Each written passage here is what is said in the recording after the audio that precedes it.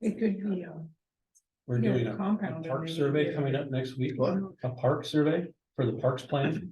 Yeah. And she translated it to Spanish for us, Now there's for a Margaret. survey. Okay, great. Yeah. She's here. Yeah. There you are, Margaret. Thank you. for being Oh, and Ben, patient. okay. And then you'll have several, click on, I think. Yeah. We have anybody else that wants to come on? Yeah, there is. Yeah, Yeah. there we go. And I could just do admit all. been all, Well, the computer's super slow, so you can, yeah, Oh, there we go. Okay, there we go.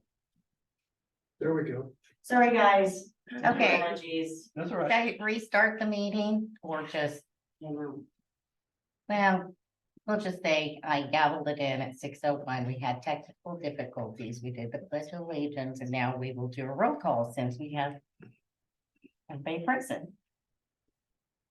Who does a roll call now? Usually it's the clerk. She's not here.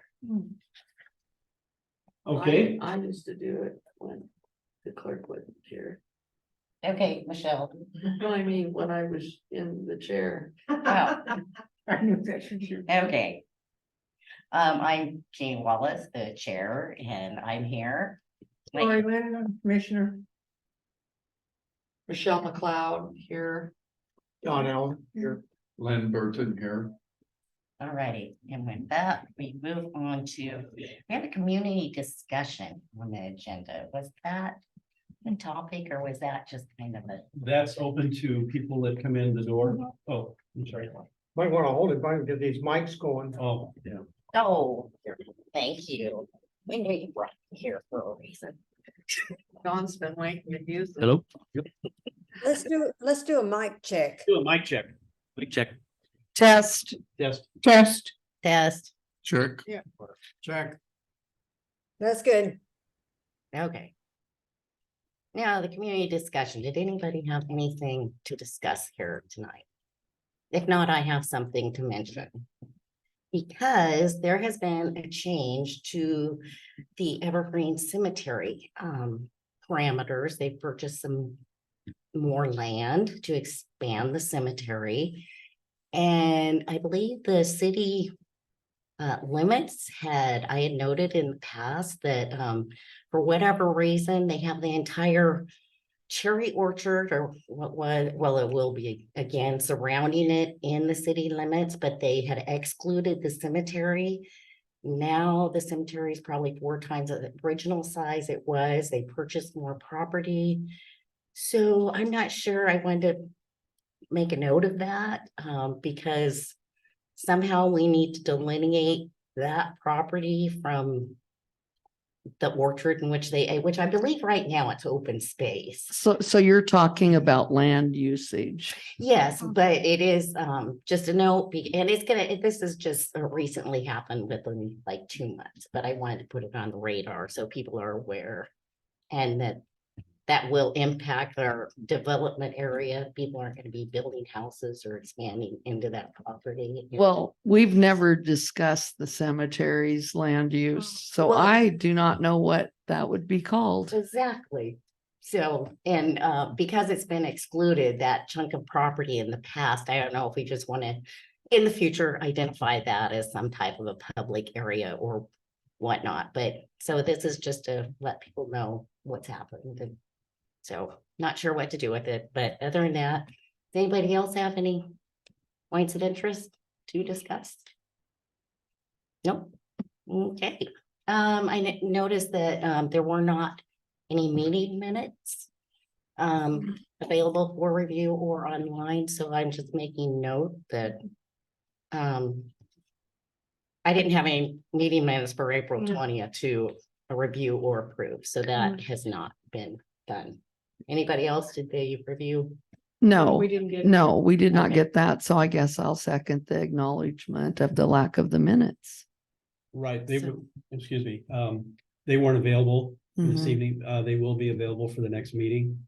And Okay. normally we'll get into that as, the start of the meeting for next Okay. time. Well, I noted that these were for April 20th, our last meeting.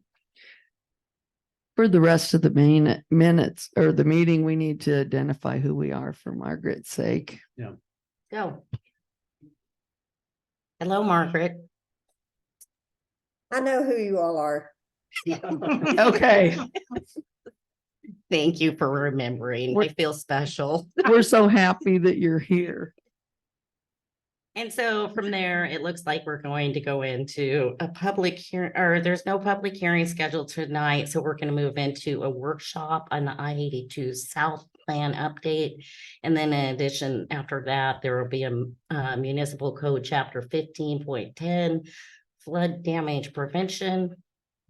And so we'll carry on for there. Thank you, Chair, and thank you, everybody. I'm gonna give you we're gonna back up a little bit. We had a meeting earlier, and I know it's been a while since we've talked about Benton City South. And I want to just give a recap, give a chance for everybody to take a deep breath and remember where we are in the process and where we need to go next, and get your guidance on that. This is not a formal action. This is just an update and review of where we are, and opportunity for me to get your feedback and to give you an update as well, and to give George a bit of an update on the process as well. Just, excuse me, I'm sorry, Yeah. but just for the record, would you please introduce yourself and tell us how you're Yes, related to this? I was remiss in not doing that. I'm Michael Mahaffey, and I'm a planning consultant to the city. I've been working with the city now for, well, a number of different projects going back probably 5 years or so, 4 years. But most recently on the Benton City project. Let me. Thank you. Whoa. Whoops. Oopsie, that was a foul. You got our attention. Party foul. Entertainment, we You go. want me to start sharing? That was a test. We don't need it anymore. Yeah. So I'm trying to get my PowerPoint to show up here. There it is. And make sure it's visible. Yeah, because the pictures that were included in our handout really didn't, to me, resemble the ones that we had talked about last year, That's right, yeah. And actually, the handout is the third topic I'm going to get to, because I want to give you a bit of a recap on the sub-area plan and the implementing ordinances that we still have some work to do, I think, on those. So I think you're all familiar with the site. It's a very important gateway, an important opportunity, I would say, for the city. And certainly that was our thinking as we moved forward through the sub-area planning process that I had talked to you about previously.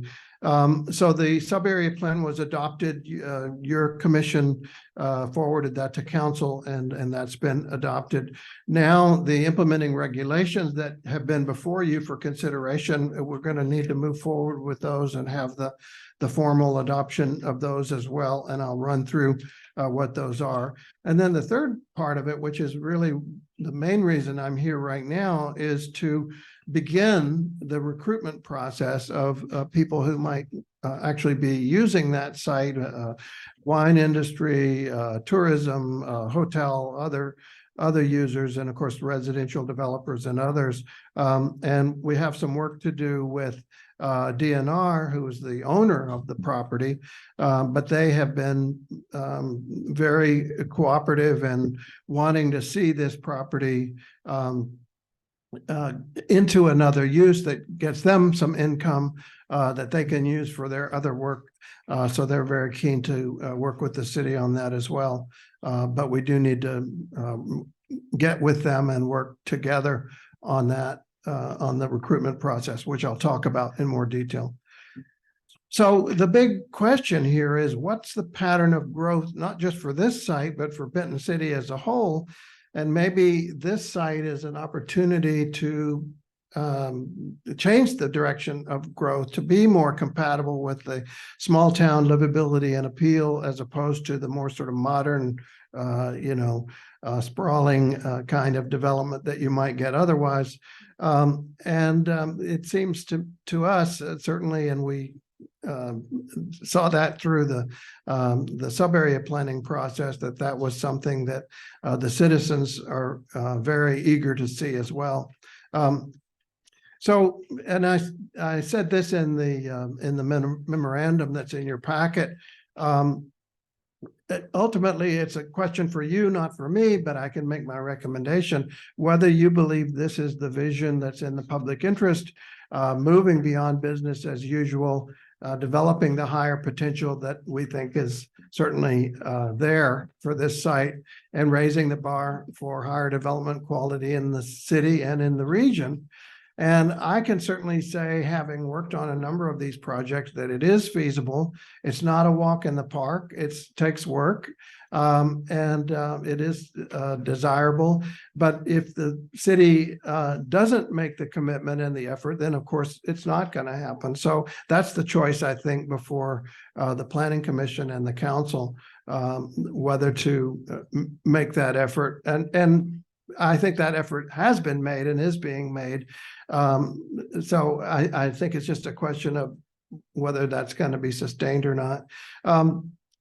I do see a remarkable opportunity to create a unique district here that takes advantage of a number of trends that are in your favor: wine industry, tourism, regional synergies, light industrial users, and to raise the bar, as I said, for development quality, and to create local amenities for Benton City, and again, preserving the existing livable character.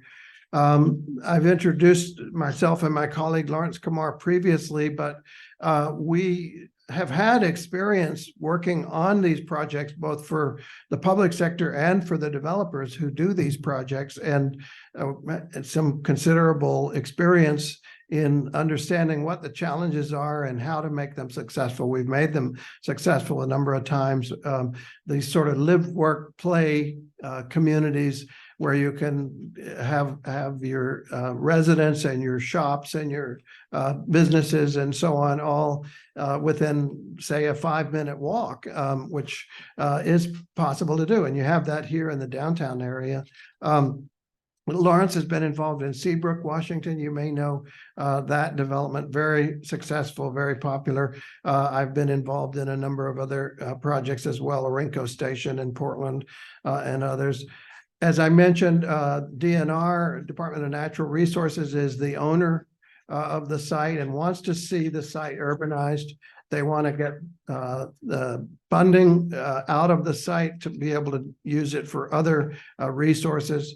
And again, they're asking and we're asking what kind of development is going to go. The market is strong for housing, although interest rates are a big question right now, obviously, and other question marks about the economy and where we are at this moment. But there may, and certainly over time, be more demand for especially light industrial and for some commercial that serves the residential. Echo Northwest study from 2 years ago bore that out. We're required to do a sub-area plan as part of the comprehensive plan, assuring that the development serves the public needs and is consistent with the state law. Not to go too far in the weeds on this, but they require public participation. They want to see development that promotes physical activity, that ensures the vitality and character of established residential neighborhoods, that reduces the inappropriate conversion of undeveloped land into sprawling, low-density development. Doesn't mean some houses couldn't be bigger on bigger lots, but they don't want the sort of carpet of low-density development. And in the Echo Northwest report, there was a lot of emphasis on the economic opportunities for this site, that, it's not just an urban development strategy, it's really an economic development strategy for the city. to grow perhaps the wine tourism, the wine industry, the hospitality market, all of those other things that are on the horizon and are opportunities that the city can capture, especially in this site. And that's pretty well documented in the Echo Northwest report. They talk about the specific uses and where some of them are stronger than others. How the master plan could be tailored to that, which is what we certainly incorporated. We also looked at things like parks, schools, churches, other civic and cultural uses. And in ballpark numbers, you may remember this is where we ended up, about 1,000 units, 50,000 square feet of commercial, 100,000 of industrial, 10% parks. And then the civic and other is to be determined on that. So again, it's an integrated model of housing, work, culture and recreation, live, work, play, in other words. And there are examples of that are happening around the region. And I'm sure you all seen Prosser's little vintner village. Walla Walla has a wine incubator facility. And there are a number of other examples that we can certainly look at as models we have looked at. And of course, coming out of COVID, the world has really changed a lot. A lot more people are working from home. There's more choice for many employees to work and to live where they want. I think a lot of people are coming to the Tri-Cities because it's a lower issues that many of the big cities have with traffic and crime and other problems, air quality, et cetera. And this idea that if you offer livable neighborhoods with a mix of nearby amenities, that can really be an economic engine in its own right, and something that maybe the Tri-Cities could use more of to be more competitive. Light industrial, creative, value-added local industries, all the synergies that you have here with nuclear, with medicine and so on, and the things that have spun off from that and are continuing to spin off in the energy sector and so on. And there is an urgent need for more housing, but not just any housing anywhere, really location efficient, well-connected homes in livable communities, not just out in the middle of nowhere. And there are precedents for very successful new developments that I think we can study, and we can work with the builders and developers who maybe are a little skeptical in this region because they haven't experienced it before. But these models are really quite successful. Daybreak in Utah is a very large development in the Salt Lake City area that's very successful. It was the 5th best-selling master plan community in the U.S. a couple of years ago. I don't know what the new stats are on it, but and shattered previous statewide sales records. And this is a community that actually has alleys in the back rather than the front-loaded approach.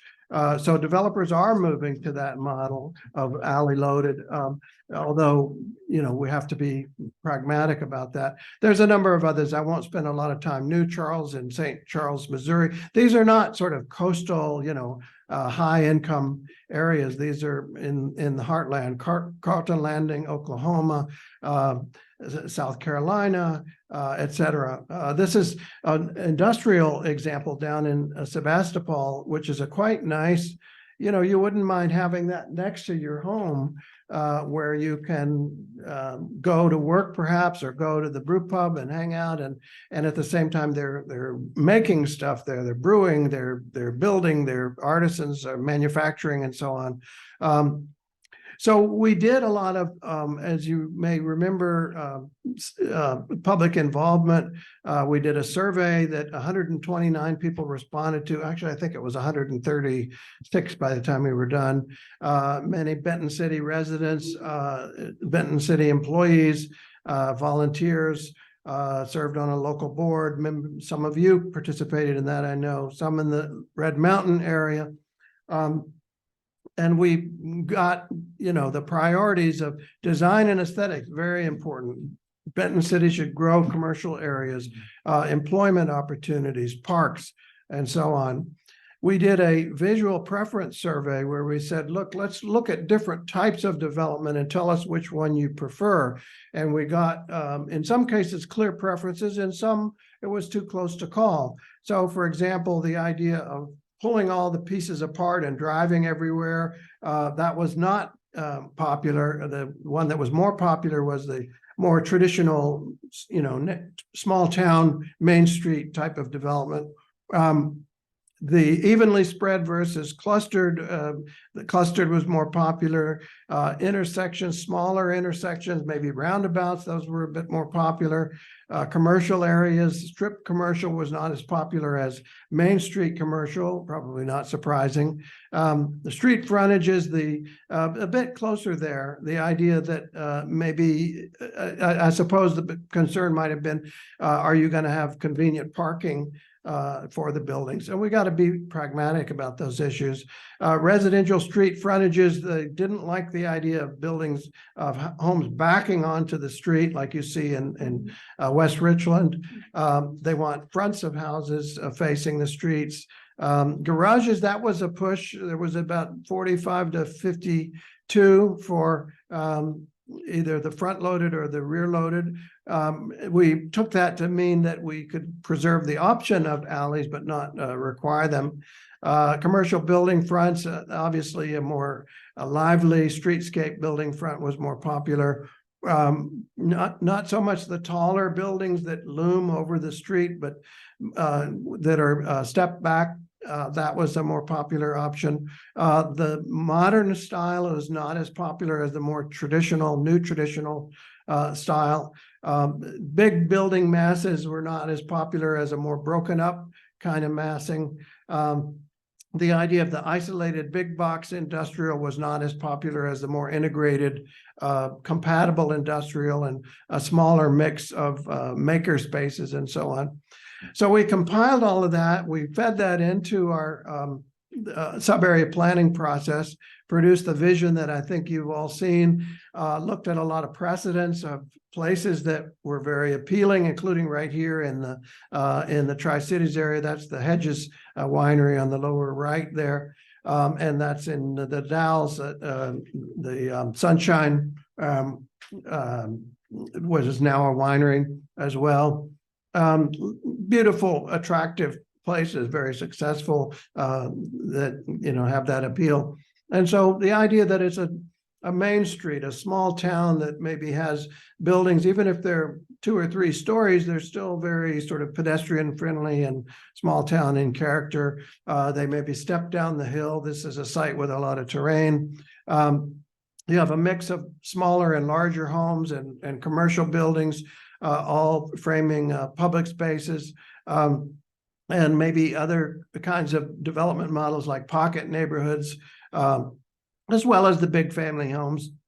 And then opportunities for hospitality, and perhaps a wine related, capturing those opportunities. And this idea, as I mentioned, of compatible light industrial that would fit into a residential neighborhood. We looked at the topography, and George and I were talking about this earlier. There is some very steep terrain on that site, and that is the area that we identified as requiring open space. So that's how we generated the sub-area plan. This is the adopted version that you may recall. The street grid that is not a requirement of an applicant to come in and build exactly this grid, but it's a starting point, an illustrative plan. And then the open spaces in that high terrain area. So that's the sub-area plan. And then there's the district zoning and design standards that we've generated the drafts and circulated that with you. And we can, I know, George, you just received those today as well. And we could perhaps circulate that to the commission members and then go forward with the formal hearings on that. And this is the illustrative plan. Oops, sorry, I went to the wrong one. Get back to that one. The illustrative plan that came out of the master planning process. that you may recall, that shows an applicant or group of applicants what the intention is coming out of the sub-area plan to have those tree-lined streets and those nice walkable grid connected and very sociable, and people can see their neighbors and so on. And we're required to provide the implementing development regulations that allow that sub-area plan to be implemented. And then we're required to have an overlay zoning district and development standards. So those are the documents that I've shared with George and will share with you. I've shared them with you previously, but we need to move forward on that to formally adopt those. The general approach is that is a overlay zoning district that's a unique district. It allows market flexibility, which is important to respond to as the market changes and interest rates go crazy, et cetera, to ensure that it's compatible and to address potential conflicts, so that if you have a bigger building next to a smaller building, it doesn't block the light and it steps back and so on. And these are all derived from the community survey, the visual preference survey, and the sub-area plan as those emerged from the design process. So there are combinations of requirements that the applicant would have to do, the rules of the road, that are typical for public realm design standards. How the streetscape is framed, how the frontage and the sidewalks and so on, and the building, how the building sits on the lot, the setbacks and so on. And then the vision materials that create the incentives and the sort of intention of the sub-area plan, that if they will follow those, they'll have faster regulatory approval, and they'll be able to have a coordinated market appeal because they're all responding to the vision, and having the sort of may and shall language together. And, as somebody who's done a lot of work for the private sector and been involved in it myself, I know that clarity and certainty can sometimes be better than a sort of open-ended flexibility where you don't know what's going to be approved at the end of the day, and it ends up dragging out. And at the end of the day, it can be the case that nobody is satisfied. It just costs more, and you sort of get a compromise that isn't satisfactory. So this is where we are, that we need to adopt the draft ordinance, the draft design standards, the draft amendment to Title 20, which is the new mixed use zone, and then the draft amendment to Title 17, which is just a little paragraph that refers back to Title 20. Those are the four pieces of it. And this is the ordinance. It's quite short. It simply, points to the other documents and says these are going to be the regulating documents. I won't go into a lot of detail on that, but again, these are the implementing development regulations. Then the design standards are the key part of it that I would ask you to please review at your earliest convenience, that provides as much as possible a sort of user-friendly approach for applicants to go through to understand what they need to do. It's in some ways, a fairly conventional sort of zoning code that says, here's the sidewalk width and the street width and the way the building comes to the street and so on. But it's also got elements of what's called a form-based code that talks about how the building interacts with the street, and where the entrances are, where the windows are, where the parking is. Often the parking is in the back. As George and I were talking about earlier, the building can be kind of an L-shaped building up at the front of the lot, and then the parking is in the back, which helps to avoid the problem of feeling like you're in the middle of a parking lot when you're walking. You want to have a more traditional Main Street kind of character. And then the placement on the lots, that again, fairly typical zoning ordinance kind of stuff, the side yard setback, the front yard setback and so on, but also some of the language that's more characteristic of a form-based code that talks about how the building meets the street and where the entrances are and so on. I won't spend a whole lot more time on this other than just to note that there's some other aesthetic factors. There's fencing and landscape and signage and other things that are included there. By the way, the state, as you all may know, is has required that local municipalities use what are called clear and objective standards. And that doesn't mean you can't be as prescriptive as you want to. It just means you have to be clear and say, this is what you need to do. And I think developers and builders appreciate that because then they know, okay, I got to do this. But I can do this. I know how much it costs. I know I'm going to make money at the end of the day. So that's not a problem to be as prescriptive as you want to and say, well, we would like a small town traditional building character. That would be perfectly acceptable. If that's what you want. And then, making it perhaps cleaner and more consistent with the aesthetics that the stakeholders clearly expressed they wanted. Some of the materials, they could come in with alternatives, but if they want to just pull a permit over the counter virtually, they can come in and comply with these design standards. And then there's some more vision type of documents, the project pattern language, which is more of a kind of the overall character, the aspiration.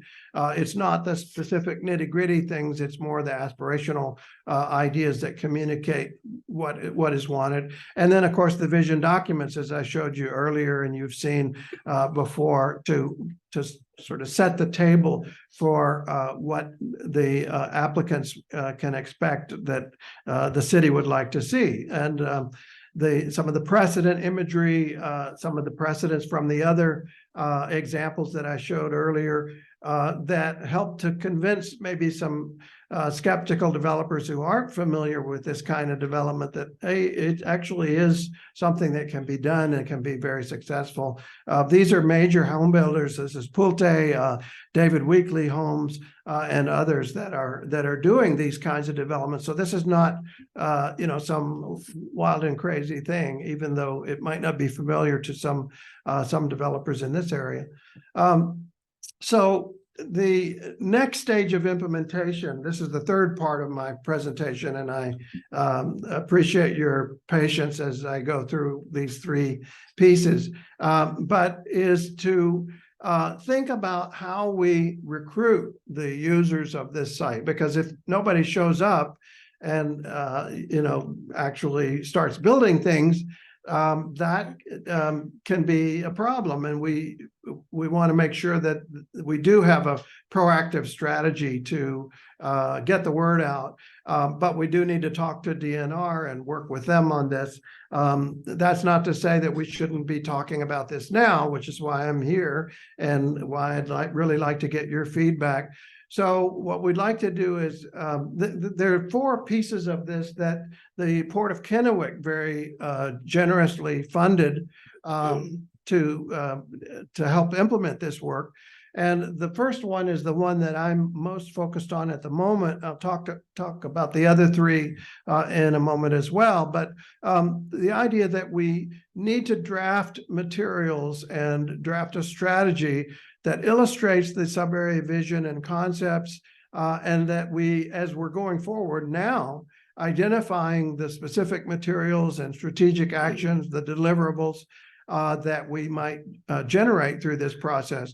And I've talked to George and the mayor earlier about this, and a couple of obvious examples are to generate a website with all the information about the sub-area plan and the guidelines and so on. Make those available also as printed materials that could be available as PDFs. Create an RFP, request for proposal process, where in conjunction or in partnership with DNR, here's what you need to do if you would like to make an offer, or you'd like to, actually submit something, a letter of interest or whatever it may be, to move forward on a piece of this property. other approaches, one is a developer roundtable where you invite people in and others submit their qualifications, and if their qualifications are adequate, they join that process. And then, of course, advertisements, developer publications, some of the national and regional publications. So those are some of the issues that we have on the table right now. And I would certainly like to get your feedback. I'll show you just a few examples. Here's a website that actually I did for a private developer where, and this is actually in Ellensburg, a project there where and he's the master developer, and they're going to have sub-developers and builders coming in. And this tells all about how that is being done, the master plan, links, hyperlinks to other forms of information. Again, some of the other projects that are similar so that the developers can get familiar with those. And then, of course, we would include all of the vision materials and the illustrative master plan and other illustrations to convey the potential character of this site. It's similar to what the Port of Kennewick has for Vista Field, although I would say that the Port of Kennewick, that's obviously a large, very complex, multi-year project, and there are a lot of pieces to that, and I would recommend a simpler model for this site. But they do have, for example, this is how the notice process works. This is how the development proposals are submitted and received. This is how they're evaluated. All of that is spelled out in a very straightforward way so that a developer knows exactly what they need to submit in order to move forward on a piece of this project. So that's the major piece of it that we're focused on right now in terms of the recruitment. And then there's also other pieces that are part of the city updates. The Parks and Recreation Plan needs to be updated to include the sub area. The zoning map needs to be updated to include the sub area. And then the design standards for the city and the sub area, there are two different pieces there, as you know, need to be integrated into the city process and a certain amount of I wouldn't say necessarily training, but just review and application of that. So thank you for your time. I'm sorry that this is kind of a long presentation, but we've got, as you see, three major pieces of this that we really need to focus on. The sub-area plan has already been done, but the implementing regulations are going to need to be adopted. And that's the main task that I think the Planning Commission needs to take on, and then the City Council, and then the recruitment strategy, which we need to work with DNR and move forward on that as well. So with that, I'll close and welcome your comments, your ideas, your suggestions, your questions, and look forward to carrying this forward. I have a question from the meetings or I think it was last July.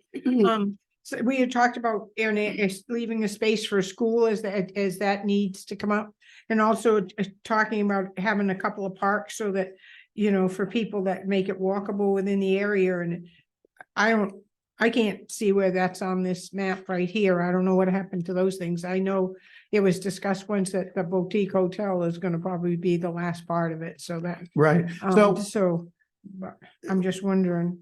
We have another illustrative plan that shows, and this came up also about, do we have a square and do we have and there is one in the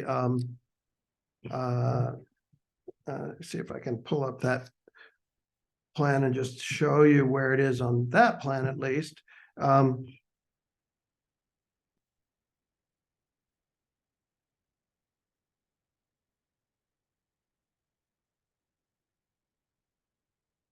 So this, you see the red area to the left there. Mhm.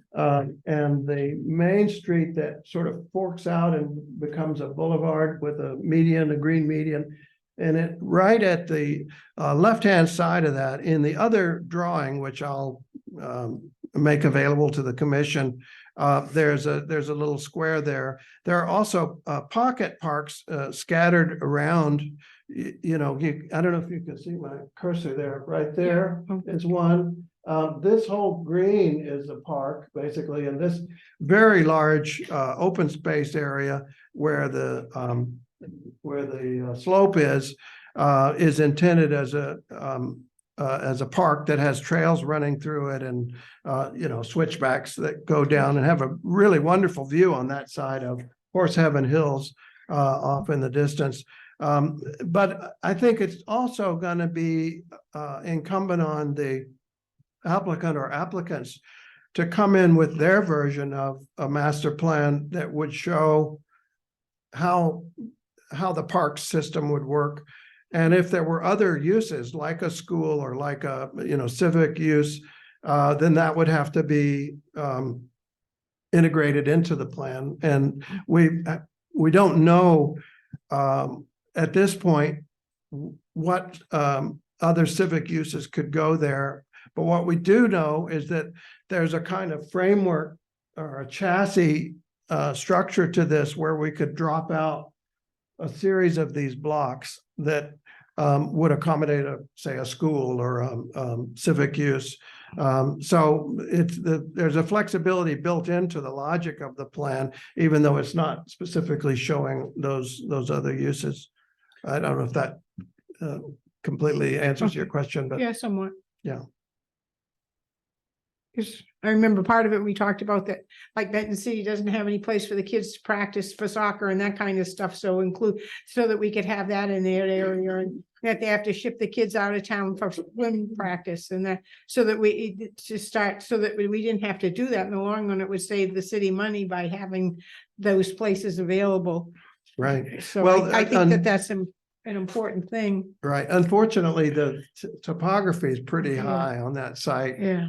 Especially the open space. That's why it is open space. So, but there could be, I mean, right up at the crest, it levels off, and there could be, places for soccer and other things. But it's not really a good site for a big sports facility where you have ball fields or soccer fields, unfortunately. But This Commissioner McLeod, and on that subject, we did talk extensively about schooling and room for soccer and a field, maybe a multi-purpose field, because we lost our opportunity for our grant money. And also, as far as what she was saying about a water feature, we've talked about that. If there was to be a motel, it would be reminiscent of what the M Motel was in Richland, where we could have a large pool that could be rented by the school or the public at different hours. And a water feature is very important to, I'd say, most people who live in Benton City that may not live over there. So it's just something to keep in mind. I realize we can't have everything we want, but it'd be nice to keep in mind what people have said they want. Right. I think that there are some great opportunities for that here.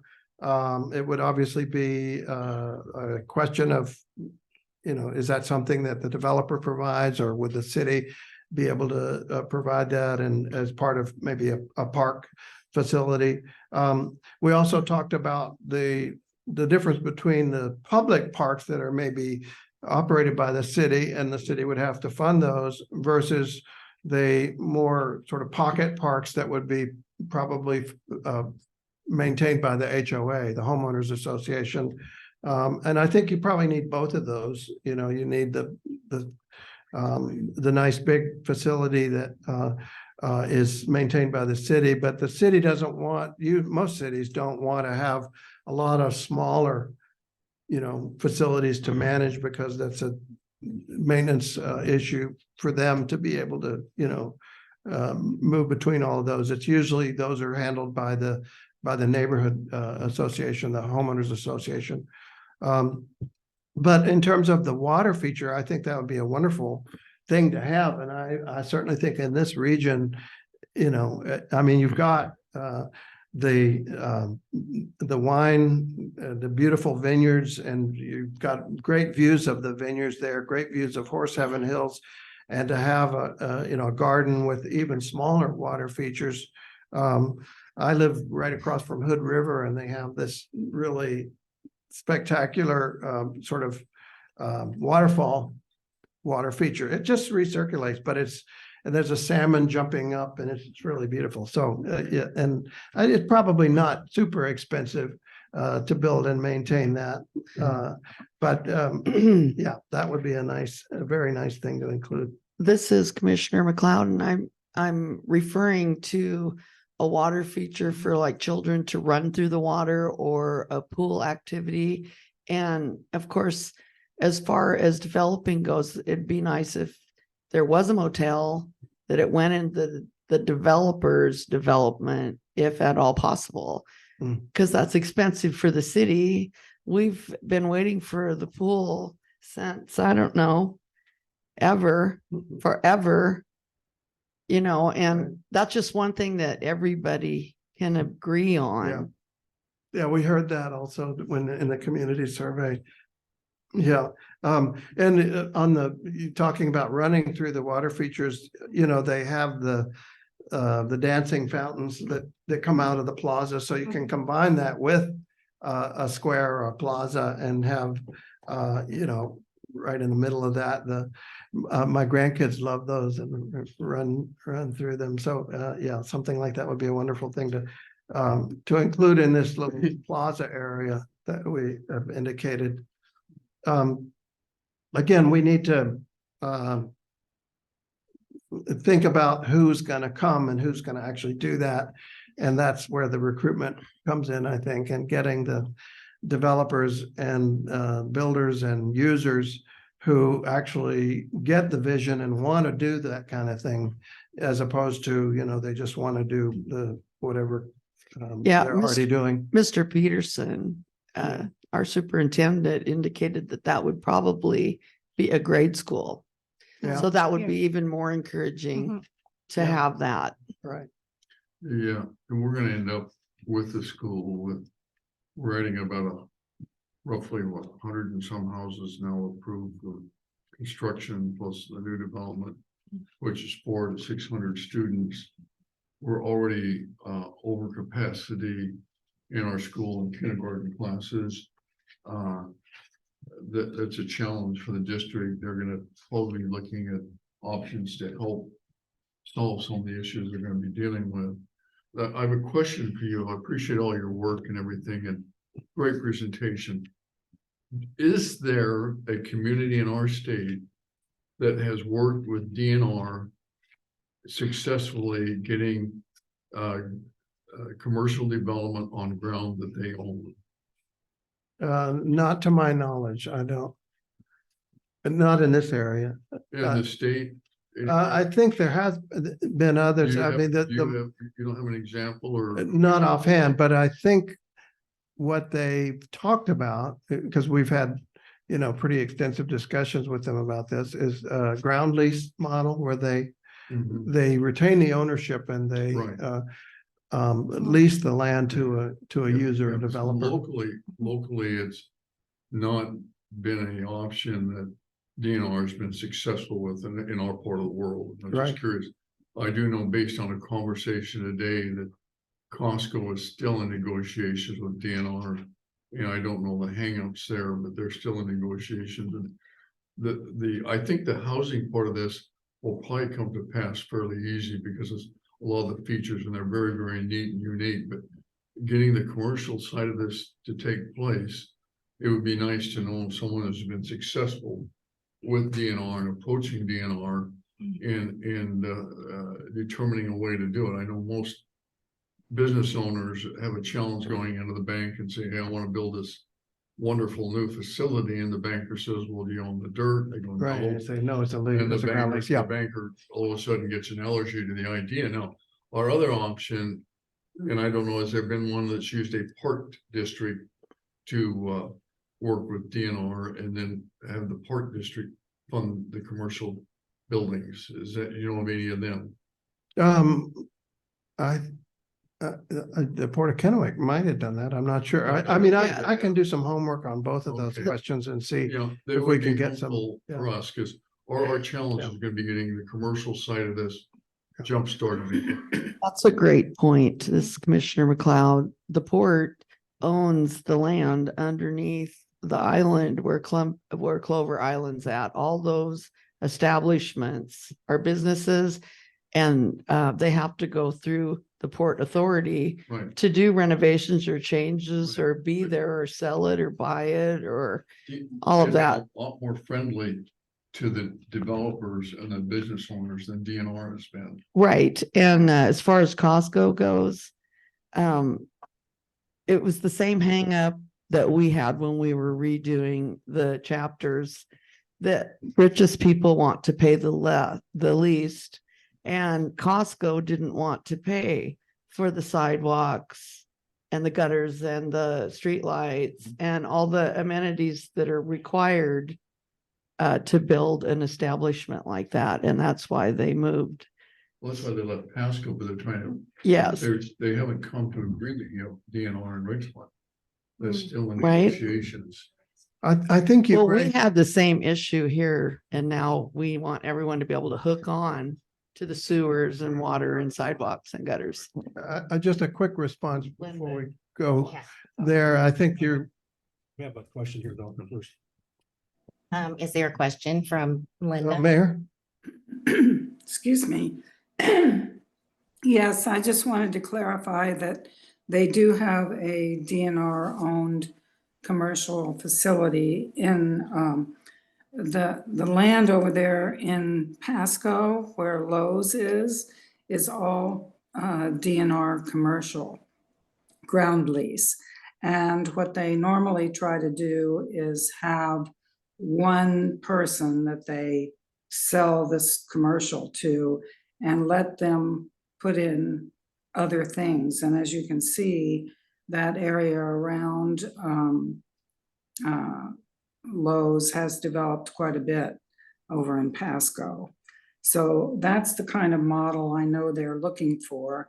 And I know that it's going to be harder to sell ground lease. So that's the main reason we are putting water and sewer across there to give the developers an incentive where they don't have to put in that whole system to get started.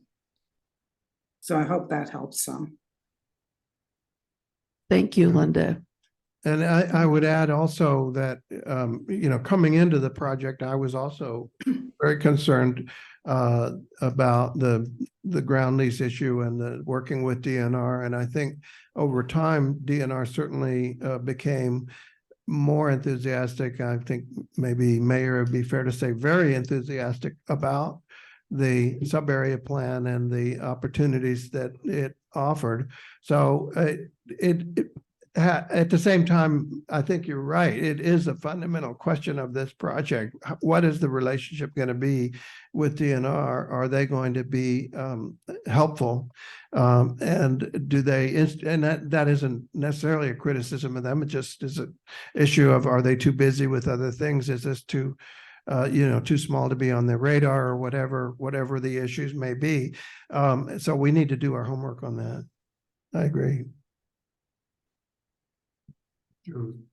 I'll make a comment on that when I get to my planner's report, but I've worked with various agencies You like have? that, yeah. Okay. Linda, did you have something else to say? No, that's it. Thank you. Okay, I'm still up. Dawn. Testing, is this thing working? Yes. I hope so. Okay, here we go. I been looking this over and I have some questions I'd like, but the first thing I would like for you all to do, if you would, in our packets, we have the one page that starts with all the pictures that Mike has come up with on this development across the street, across the highway there. And I'm looking at that very first one. And this is how you foresee it to come about, is that right? Yeah. Okay, okay, with that. Actually, that upper one is the later drawing that we did, but yeah, that's an illustration of what it might look like, yeah. Yeah. Okay, so we're looking at that now. This parcel that we're looking at, as far as the land itself, how much land is we're looking at right there? That view, if you look at this, let me share Yeah, my that screen view. again.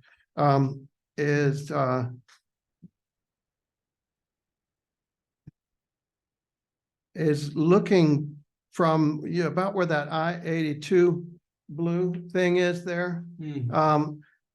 It's looking, you're sort of hovering above the whole site and looking towards it. So that's probably half or more, 2/3 of the site that you're looking at there, something like that. So that's a very large area. So how much would you say is a very large area?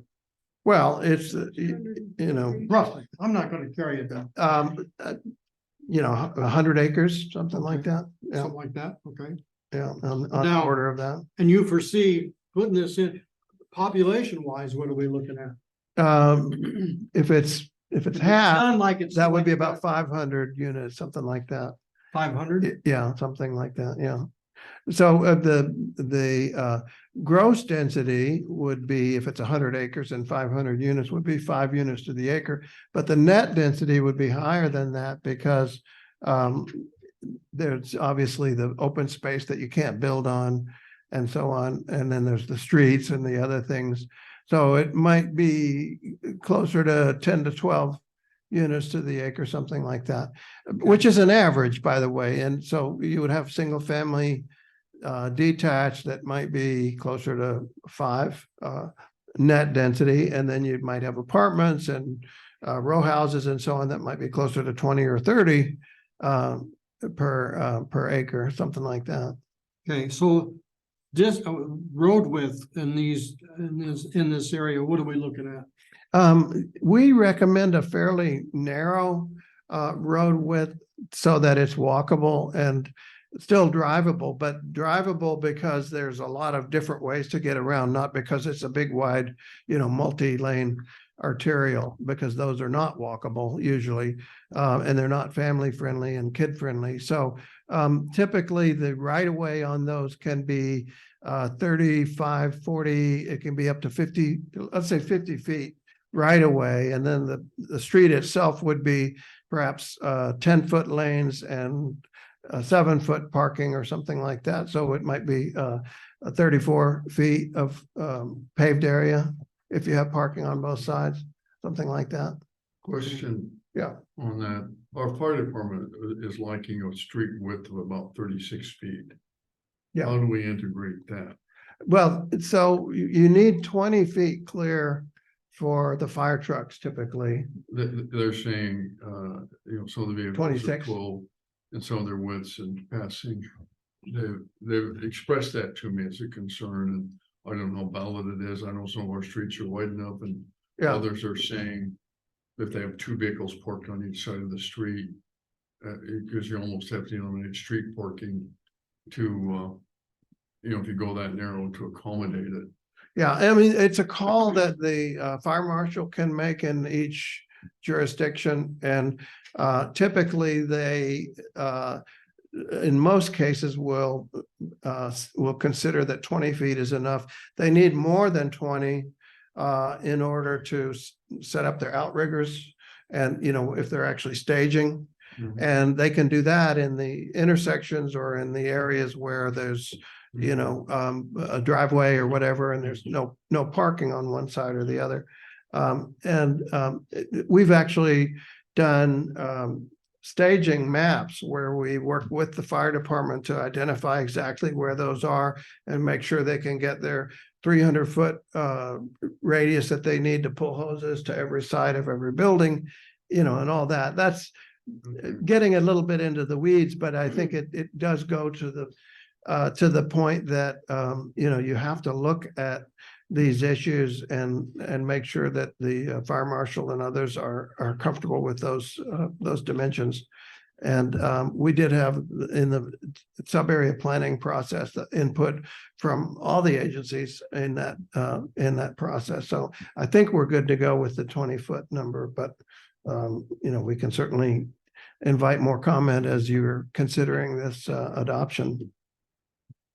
My concern is exactly what's been brought up, and that was what I was gonna talk about. The accessibility to get into this area. It looks like it's gonna be rather difficult for a lot of different units. So let's talking about equipment or trucks or deliveries, that type of thing. Mhm.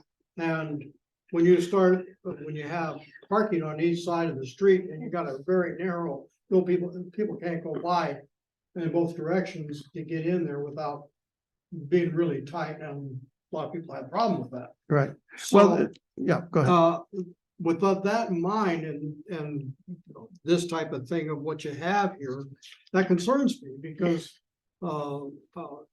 that's really important in my view, especially during construction times of when you start doing all this stuff. There's gonna be a lot of equipment, a lot of trucks and deliveries, all this kind of thing. Mhm. Some of it may be developed, some of it might be developed, and some others may not. And trying to get in from one to the other might be really difficult if your roads are so narrow, you can't get in and out.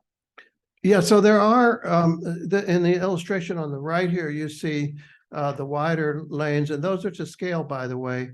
That's a semi truck, and that's like a UPS truck, a couple of UPS trucks. So you can size things really big if you want to, but the problem is, wider roads mean faster vehicles, mean people get killed, kids get killed. So if you want a neighborhood that is actually walkable and safe for kids, I don't think it's too much to ask that, look, you just need to slow down a little if you're a delivery truck or if you're whatever it is. We don't, we have engineers, and when I'm working on the private side, and we have our civil engineers who look at this kind of thing very carefully.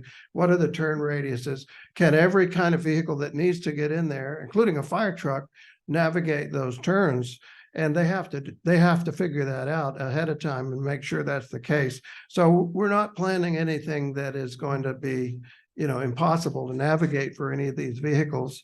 But there is a school of thought that let's just make them wider. And for example, I've had this debate with fire marshals in other places where the fire marshal says, look, I need a wide street because I need to get to that burning house 10 seconds faster or whatever, and that's going to save X number of lives a year. And then the contrary study says, yes, but you widen that street and this is how many people you will kill as pedestrians. And it's actually more. So you're saving lives by that one fire truck occasionally having to get through at a faster rate and put out that fire. But you're also, at the other side of the equation, is you're actually making a street that's much more dangerous to pedestrians. And by the way, the statistics on pedestrian fatalities are really shocking. At 20 miles per hour, 90% of pedestrians survive. At 40 miles per hour, 90% of pedestrians are killed. So if you have a street that's 40 miles an hour, and any pedestrian gets struck, they're very likely to be killed. And that's family members, that's children, that's, so I'm of the school that, you should just slow it down a little bit. No, you're not talking about restricting people and they can't get through. You're just saying, take it easy. This is a family-friendly neighborhood. This is a pedestrian-friendly, child-friendly neighborhood. You've got plenty of fast arterials around this neighborhood, but if you're going through this neighborhood, delivering something or whatever, just take it a little easier and let's be safe. But in the industrial area, we do have wider streets, and I think that's important to accommodate those trucks.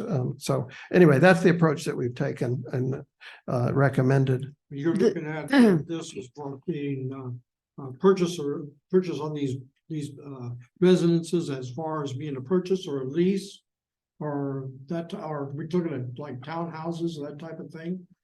Yeah, I mean, we're not in a position to say exactly what Yeah. what is they going to will be built, Yeah. but we would recommend certainly that there's a mix of housing, including townhouses and apartments. And this is something that I think everybody is recognizing as with affordability that, and I feel it myself with my own kids, that the single family detached home is becoming more and more difficult for people to afford. So it's starting out, and young people, workforce people, they maybe need those smaller houses, those townhouses. And this is something happening at the state level, the so-called middle housing, that you probably are familiar. The state is saying, let's figure out ways to get more of that middle housing, those townhouses, row houses, apartments, multiplexes, duplexes, et cetera. And it doesn't mean you get rid of single family detached. Some people are recommending that. I don't recommend that, but I think what it means is that you just have more choice, more of a range of sizes and options for different stages of life and different stages of income and everything else. So that's what I would recommend. This Commissioner McLeod, and I'd like you to keep in mind on that this is just a picture. I realize. And we have spent years going over the chapters and revising the setbacks and how many feet on each side of the house. And depending on if it's a house or an apartment. And I'm sure that some of that will take place on the south corridor, and it'll all come to us in phases. And this isn't going to just happen next week. Yeah, I do realize, I think it was brought up before in the planners that we're planning on this, is they're going to run a separate section for Title 17 for this area. That's correct. That addresses that area, only. And I would strongly recommend that because, and we were talking about this earlier also, the people who already have their homes and their properties and their, maybe it's a larger home on a larger lot, they shouldn't be asked to, have something shoved down their throat that they're not ready to accept. I'm a big believer in not NIMBY, not in my backyard, but quality in my backyard. Let them decide as citizens about what they want in their neighborhoods. But this is a different neighborhood, and it has an opportunity to, have a different pattern, which, by the way, is also the direction that the market is going in, with smaller lots and smaller houses, because the household size is also dropping in many cases. So, to some degree, it's a market function. To some degree, it's an opportunity maybe just to create a neighborhood that has a certain, sort of walkable appeal that's unique in its own character, and doesn't have to impose that on the rest of the city. We have a group of residents that are on the east side of this project who have very, very strong feelings as a group, Right. about what and have grave concerns on what we intend to do. Right. I really don't want to offend them, because obviously one day we want them to be part of the city. Right. And so I think it's very careful that we, listen and try to be friends with them rather than knocking heads with them. I don't think we gain anything. I mean, we could win the battle and lose the war. Right. Right. I think, working with the neighbors and with the taking seriously and respectfully the concerns that people have. I mean, some of them are just, issues that life goes on and there's only so many things you can do. For example, I know that one of the issues was the view corridor. And if there's any development on that site at all, it's going to block some of the view. And that's just not anything that's going to happen no matter what, if the site is developed at all. But I think it's entirely reasonable to say, well, let's not have looming buildings. Let's not have development right up against their property line, their backyards. Let's not have, structures or vegetation or whatever that blocks their view beyond what's reasonable for, so I think we do need to be, I would strongly advise to keep that in mind and make sure there are regulations in this ordinance that, and we've tried to include those, that there are step backs and buffers and other things where, for example, if there's, all of the commercial and industrial is away from that area, it's over on the side where the most of the traffic is already, where the gas station and all that is. So I think we've tried very hard to build that in, but I think it's, needs to be taken seriously going forward. Question on this traffic flow. Out of curiosity, if we had four-way stop signs at every intersection, I know it's inconvenient. Is there any studies on how that impacts traffic speeds? In terms of having that versus having just two-way stop signs? Right. Yeah. I'm not aware of them, but in fact, I know of some developments where they don't have any stop signs, and they, in fact, there's a project that King Charles was involved in England, of all places, that doesn't have stop signs. And what they do is it creates a state of awareness by drivers that, I've got to really pay attention. So they all stop basically at the intersection and sort of look around and creep through the intersection. I know that works pretty well, actually, quite remarkable, but or at least it works well there. But I don't know what I would think that having four-way stop would slow traffic down more than a two-way stop, because I think that the street that doesn't have the stop signs could become a faster arterial and faster corridor. Commissioner McLeod, I was driver's ed teacher for many years, Pasco, Richland, and Benton City. And what I found when I took my students from Kaibi is when you go up to Neptune, the neighborhood up there across from the cemetery, they're mostly all yield signs. There's only one at my neighborhood in Legion Heights, which is a dangerous intersection.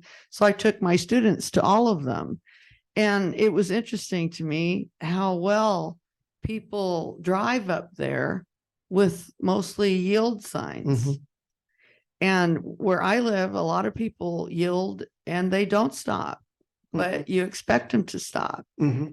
But I don't know of any accidents up there with all yields. So, yielding might be a thing to look at. Yeah. Yeah, well, we haven't gotten that far in terms of the plan. Obviously, that's something that the city's going to have to look at more closely when an applicant comes along. One thing we did talk about was the transportation impacts on the surrounding system. And that's something that a development of this scale, typically there will have to be a transportation impact analysis done by a transportation engineer to say, okay, we got 1,000 houses and 150,000 square feet of commercial and industrial. What's that going to do? How much traffic is that going to generate on the surrounding system? And does that mean you've got to put in signals or put in extra lanes or, turn lanes and all the rest of it?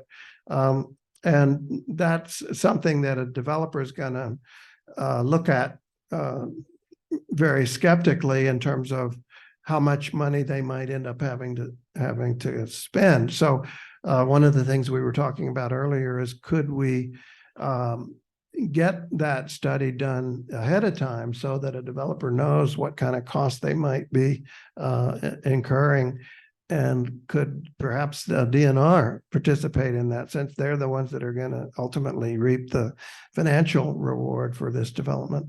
So that's something we can discuss with them and see if that's worth doing. There's one other important note, which is that there's a phenomenon when you do mixed use, when you have shops and residences and people working from home and all the rest of it, businesses, called captured trips.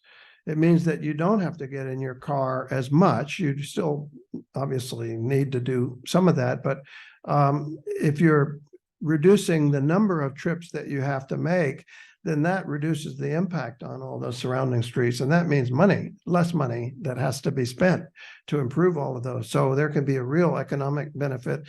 And I'm not a transportation engineer, but working with some of my colleagues who are transportation engineers, that can be, down from 100% to 70%, 65%. Of traffic volume that a neighborhood produces. And that's 65% of the cost potentially in terms of the infrastructure. So that's a big deal for a developer. So I think that's a big financial advantage of this kind of development, this kind of live, work, play development, because the traffic improvements, not just on the site, but these potential offsites are a big part of the cost that any developer is going to have to absorb, or somebody's going to have to absorb. I'll make one thing I wanted to go back to, and it does concern me. If we do the 34-foot width on the road, an average car is 8 feet wide. Some cases, like a trailer or something, may be almost 9. Legally can't be more than 8'6" the outside, okay. If you put 4 of those together, which is 2 parked cars, that's 8 feet, right? Mm-hmm. It gives you 16 feet in the middle, actually 18 by your numbers. And 2 cars are gonna go, traffic are gonna run in between. Ain't gonna happen. No, it would be typically what we would recommend is a 10-foot drive lane, or in some cases 11-foot, and then 8 or 7 So parking. one direction, you're talking about a one-way? 10 each direction, yeah. In other words, 20 feet clear in the middle. And that's also what the fire marshals usually want for their fire trucks, is 20 feet clear. But if you've got a car each side of that, you lose all that. No, and then you've got the parking in addition to that. So in other words, you got the 2 lanes of traffic, and we're talking about residential streets, not that big arterials. You can see there, that one. Let me see if I can. Yeah, right there. That's an 11-foot. That's the main street area, so it's a little bit wider. 8 feet for parking and 11 feet for the travel lanes. And what happens in an emergency, of course, is that the cars will pull off, and the fire truck, they don't need the 20 feet to pass, but they want the 20 feet so that the cars can get out of the way, and then they can go through on the 11 feet or 12 feet or whatever it is. But they need the 20 feet or even more than 20 feet when they're staging, as I was saying before. So that's a very common street section there. That's not anything radical or non-standard by any means.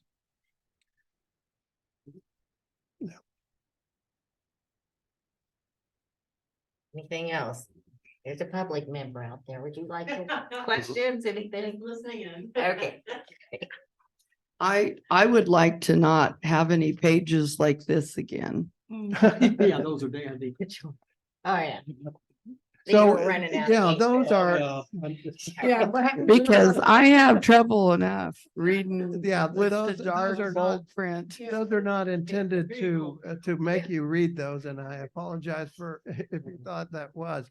It's really just intended to show how much material we gathered through the public involvement process, which was Thank you. considerable, yeah. And Yeah, and they're- how much data, yeah, they're which up was and good. down, just the ones. Yeah, that- and those are the ones that you can, where we distill it down and. He didn't have anything to, I apologize. He didn't have anything. We were trying to get this and our machine quit.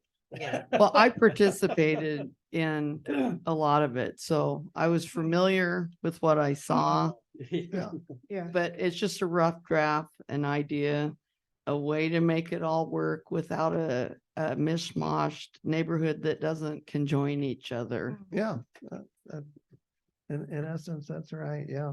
So, I mean, I think it's an exciting opportunity for the city. I mean, I'm not a resident here, but I live in a small town also, and I know how important it is to be proactive about growth. Growth is going to happen. The question is, can you make sure that it happens in a way that preserves your small town livability?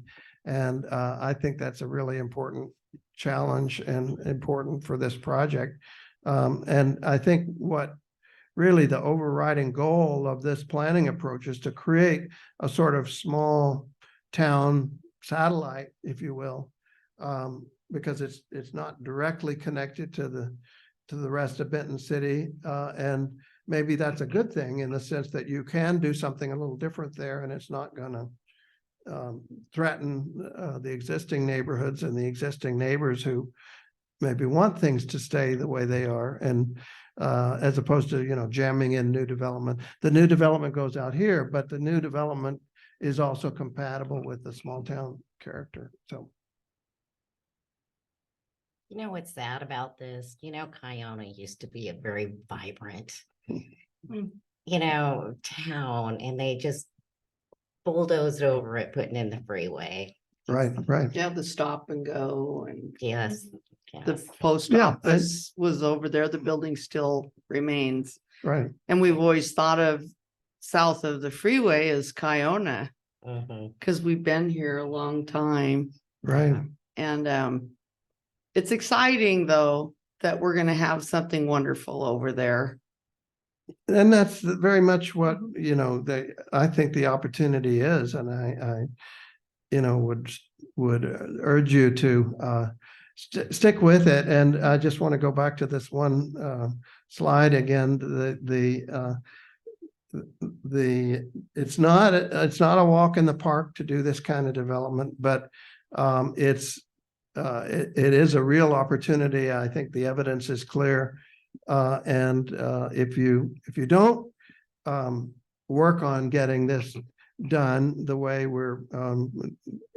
the way it's been planned through the process, then you will get, the sort of bulldozing approach and the, predictable development. So I think it's a great opportunity. So on that note, I guess one other quick question, and not to put you on the spot, but just to think about, and to maybe if you have additional thoughts to please communicate with us. What other implementation and recruitment strategies, are there particular kinds of users that you think we should be reaching out to, particular kinds of businesses or institutions that you think would be important to include in the conversations at this stage, whether they're obviously wine related, tourism related, et cetera, or whatever else other users you might be interested in seeing here, and we could include those in our strategy. I'd really appreciate that feedback. Yeah, I would like Italian, Chinese, and barbecue. Thank you. Done. I agree. Yeah. Just not panda garden. Yeah. Yeah, not that Yeah, kind we of want stuff. real Asian food. Anything else? Are we ready to move on for the next topic? Okay, I guess we're gonna move Thank on you to all. the municipal code. Thank you. Who's talking about that? I am. Okay, But before I would go to that Okay. point, first of all, thank you, Chair Wallace, members of the commission, and thank you, Michael, for coming here Yes. tonight. It's very helpful and to get us back in task with doing this work. And it is a wonderful opportunity. And it is a leap of faith for the city as well as the community here to create this vision and to move forward with this. And we're going to be going through the details here. And our next steps on this task for our next meeting, we'll be taking a look at the overlay zoning as well as the design standards specifically. And we'll have a workshop and we'll start getting into the weeds a little bit. And what we'll do with that, if everybody feels comfortable moving forward after that, we'll have a public hearing in December or another workshop, depending on how you guys feel. And we'll go through this, make any changes that we need to.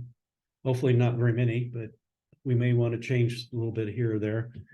And we'll make a recommendation for approval to the city council, and the city council will have another hearing again, so there'll be plenty of opportunities for the public to make comment and to adopt these standards and adopt this overlay zone. And so we can make a recommendation to lift the moratorium.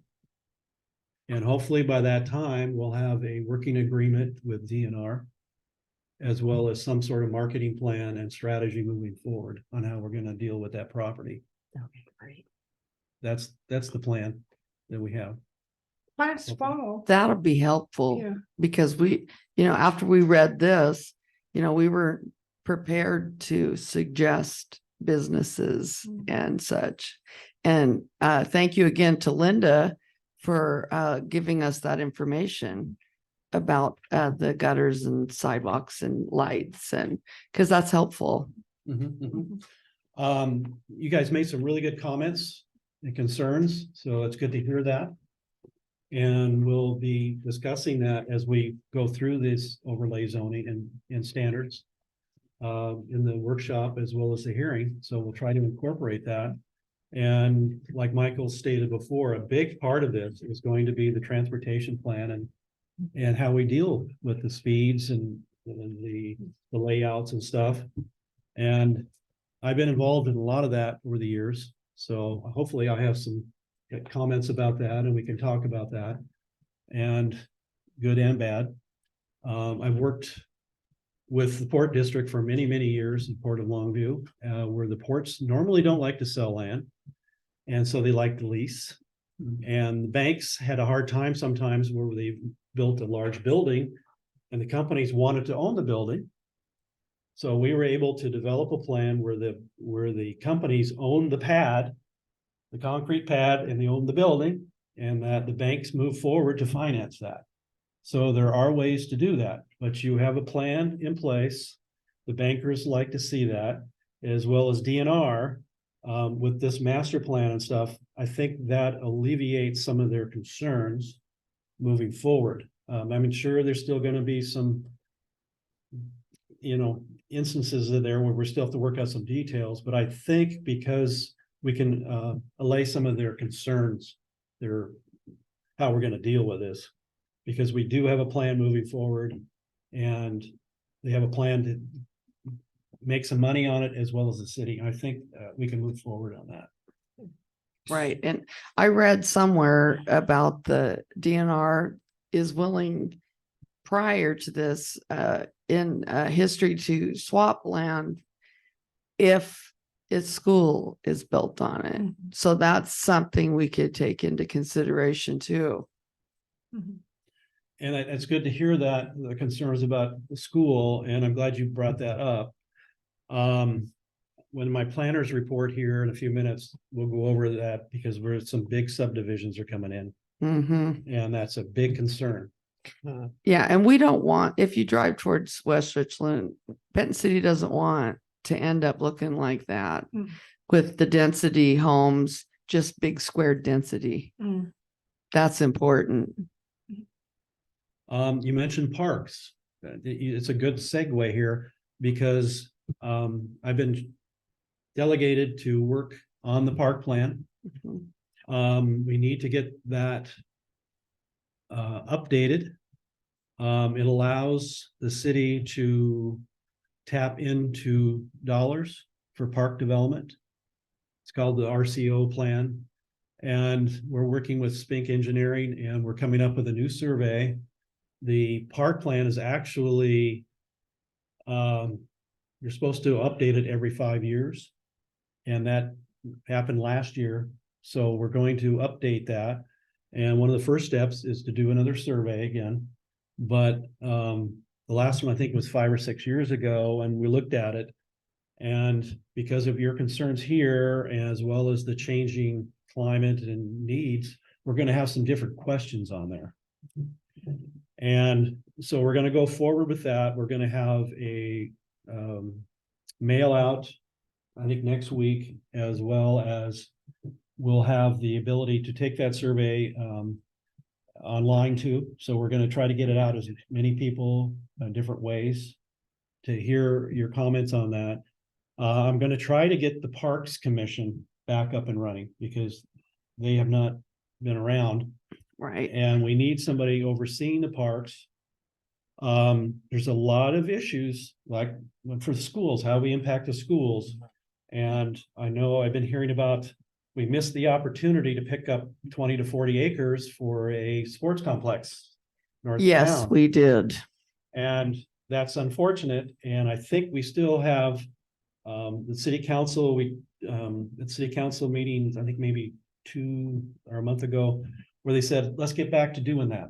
Let's try that effort again to see if we can pick up some more property here for a soccer field and sports complex. Well, when we did the 20-year plan, Commissioner Wallace and I were both part of that, and so was Don. He was our leader at the time. And the 20-year plan takes us north too. And we just keep spanning out. But we're lucky to have the corridor. But we wanted to keep zoning north. That's Because, or excuse me. Well, it takes all of us. Okay, north. Thank you. I'm just sorry, Native, but I know the plan. And I know that that's where we lost the property at. And that's why I mentioned the cemetery, because that's chunk where the cemetery got part of that property. Yes. That's what I was gonna say. Yeah. We end each other's sentences. At any rate, we still are very interested in that soccer complex. And the other thing I'm gonna mention, because I'm a farm kid, very old farm kid, but they just planted new cherry trees in there. And when they plant new ones in there, you better expect, 20, 30 years. So, Yeah. I'm just saying, it's not gonna be available anytime soon, because I had assumed that they were going to develop that because it's been mentioned. I had thought this development that's coming, I guess, west of the store, I thought that was moving out, but they replanted an orchard in there. So I do remember when, this Don Allen, George, and for Mike too also, when they are talking about having a swimming pool or water park and all this type of thing, that we've been talking about that for years. 50. And Well, it it's always longer than seems to that. Go on the back burner. It never happens. And we really need that. You get a lot of people that talk about that. So between the two of you, if maybe something like that could happen over there, that would be a real plus, Yeah. real plus. And just like with a sports thing, for something for the kids to go to, rather than just a skateboard and a tennis court. I mean, that's about all we got. Well, that's why we mentioned it Mhm. in the corridor, because we're tired of losing out on what the citizens want. Yeah, and they do want it. Yet Yeah. they do want it. Yeah. And that would be a draw for developers too, if we can get Oh, that absolutely. established in there, or at least in the planning, that would be a good draw for people to want to do that. Because if there's nothing, why would the people want to move here if there's nothing for their kids to do? There's nothing. Yeah, Well, a lot of parents are all people- going to the wineries, the kids can be in the pool. There's a lot of people who live I'm here just- that, That's what it's about. Yeah. there's a lot of people who live here who want to live there or have their kids live there instead of Richland or further away. Mhm. I have a child that has 2 kids that doesn't live here because there isn't large enough density housing with 2 bathrooms and 3 bedrooms. We don't have that, Mhm. and that's like a minimal thing to have. You need a mix of housing types. Right. Right. We do. You need to support a whole mix. Our apartments, there's 4 up on the main street and they have 2 bedrooms and 1 bathroom. A modern family cannot sustain their lives there without room. Mhm. So we do need higher density in the corridor, and we need amenities too. And we need to keep in mind what the people of Benton City want, have wanted, and continue to want.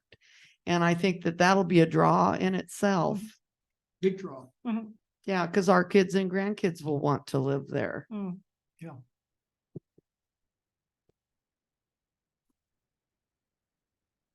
Okay. Okay. Well, Thanks. No, that's good to hear. I mean, that's great. Yeah. I'm really, appreciate hearing Yeah, it that. has Yeah. been going on. Yeah, Oh. it Well- literally 50 years, because my dad was on the planning commission in the city council, and I've been here longer. Smiley Wallace, to be Yeah, exact. And And yeah, my- that's been talked about forever. my husband would have been 72 today. Right. And he lost out on the pool when he was like 5 or 6. Yeah. So this has been an ongoing issue, and the Oh. pool money has been misappropriated numerous times over the years. Well, it was going to be built where the tennis courts are, but I think the tennis courts were cheaper. And now that, for whatever reason, I don't know what the deal is with the tennis courts, but nobody's using them anymore. I mean, maybe the kids do from. the high I know school, what's but- wrong with them. When we were in high school, they filled in the hole with miscellaneous stuff.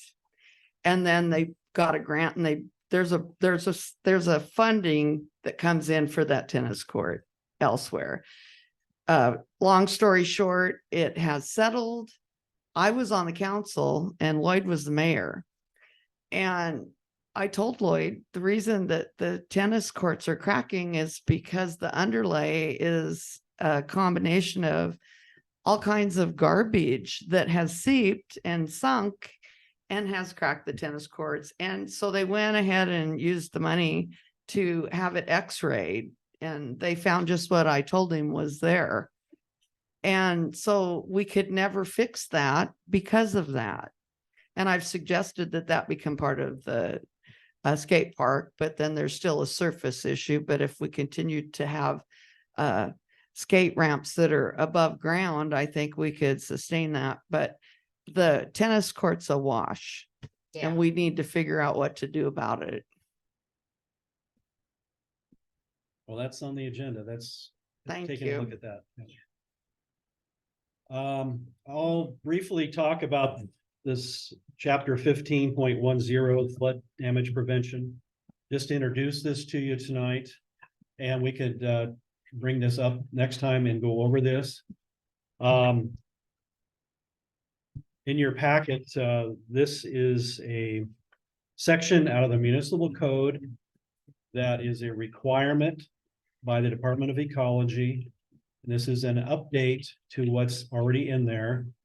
FEMA laws have changed, Department of Ecology laws have changed. And this talks about the floodplain as well as the 100-year floodplain, as well as the floodway. And if you guys get a chance and take a look at the city's website on the maps there, the GIS maps, we do have those delineated on those maps. They are available. And now, thank you, Alan. Rainey I got my FEMA maps. And so we can use those. But anyway, this is going through our existing code. The Department of Ecology has taken a look at this. Our attorney has taken a look at this. So there are some red lines, some crossouts in here. But in the next few weeks, please take a look at this when you have some time to get familiar with it. And I know this is kind of difficult. What does this all mean? And how is the city going to implement this? So we can talk about that as we move along. And because parts of the city, as you know, are in that 100-year floodplain as well as the floodway. And as you know, I recently came from Pendleton and I worked there 5 years and we had 3 major floods. And people say, well, it doesn't flood in Eastern Oregon, but it sure does. And we went through it, and it helps if you have some good ordinance sections to deal with, how are you gonna deal with housing going into the future? And FEMA is really touchy about those things when you get building in floodways and floodplains. So please take a look at this. This will help out the city moving forward and help eliminate, not eliminate totally, but reduce some of the damage that the river out here can do. This Commissioner McLeod, Don, myself, and Commissioner Wallace have been through the floods here. And so we're pretty aware of the floodplain. If you need any assistance, I know that there is a big arm that they put in that's down when you come over the bridge. There's the camp area, there's the new park we're clearing, and between that little house that's restored and the park we're clearing, there's an arm that goes underneath the road, and that lowered the floodplain. And you know, when I was a youngster, they talked about eventually clearing that out periodically, which hasn't occurred. There's a private landowner that owns those 6/10 of an acre that is on the east side of that bridge. And the berm is basically the property line in the boat basin, basically goes down the berm between his 6/10 of an acre. And he's an interesting attorney. That's all I can say from my encounters with him.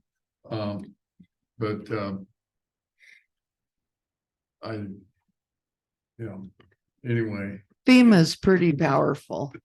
I know I helped with them through distribution when we had major floods to help the citizens. I have a couple of questions. The definition of an RV at 400 square feet on the longest horizontal measurement. Do you know what they meant by that exactly?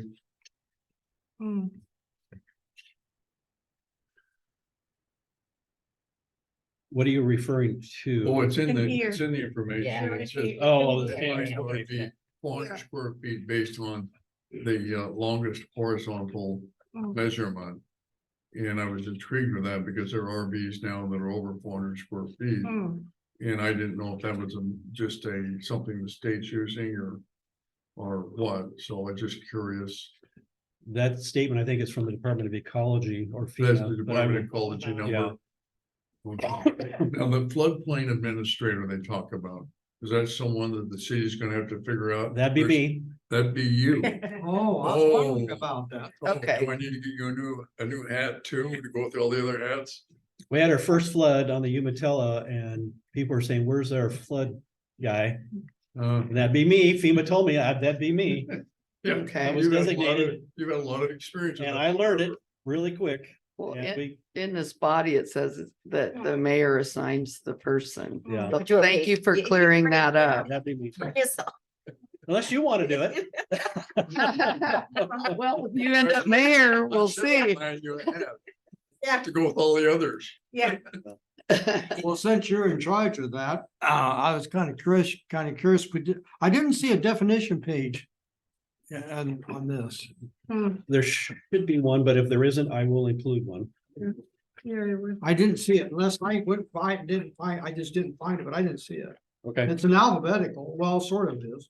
Yeah, it has Yeah. kind of definite, they're not called definitions, but Yeah, it tells it's a you what little stuff is. Structures, did you find that's any portable structure they might sit in or anything they might build, including a rabbit cage?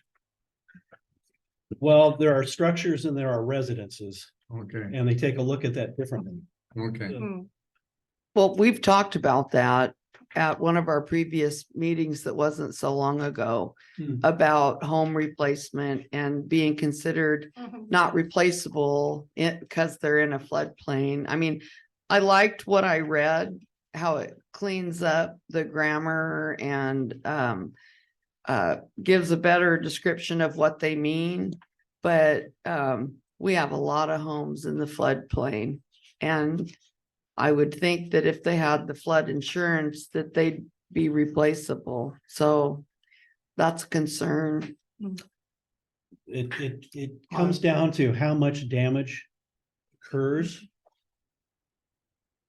you can normally replace if it's in the 100-year floodplain and out of the floodway, Mhm. and we gotta go over that definition. But if you're out of the mainstream, say upland above the high water mark, but still in the 100-year floodplain, and you incur damage, you normally can replace it up to a certain point. And normally, if you do not increase the floor area. Hmm. Now, if you do, in the 100-year floodplain, you have to have a survey certificate stating that you are above Hmm. the floodplain by at least a foot. Okay, and it's in here, we Yeah, just it talk is in about that. Then you can build, but it's gotta be above, and you have to have a survey that shows on your property where that is delineated. So will those people that aren't above that be able to insure their homes? But that's a concern. There's a lot of people that are living in the floodplain. When I bought my house, I was certain I wasn't in the floodplain. But we've got a lot of families that are affected by that. And floodplains change, Yeah, Yes. they Mhm. do. They move. They do. rivers move. Rivers change. Yes. And normally, if it's an existing home, okay, prior to the ordinance, you're grandfathered in. FEMA is getting very tough on this. And like I say, if you are, prior home there and you can show that you are above the floodplain by a survey, you can expand to a certain point, as long as you meet setbacks and things like that, but not in the floodway. Okay, so there'll be no more new No more development. new homes in the floodway. Okay. And I'm defining the floodway as the main channel, Mm-hmm. okay, at this point. Question on recreational vehicles, it says no permanent attached additions. Does that include permanently attached siding that people put on? Well, you can have siding on a trailer. Well, But no, they're it- putting siding, a skirt, a fixed skirt. You need to have allowable flow through or around. Are you talking about mobile homes? Yeah. No Manufactured. recreation. Manufactured. And you have to be Like able to down to move, you have to be able to move within a certain There's a hour, certain whatever, period of time. you gotta get them out. Right, because we've got people like that down at Beach Trailer Park. Right. That They need to be gotta ready to able roll. Be able to hitch up and leave. Right, well, we have, what I'm saying is we have issues there. And we also have people that have pulled their tires and put skirting around it, so we have issues going forward, we're gonna have to look at it. I can see where that would be a problem because behind the blank slate, we okayed a development on 3 acres. It's like 35 units that hasn't been built yet. And I recall specifically reading that about taking the tires off and they can't evacuate in That's in a violation.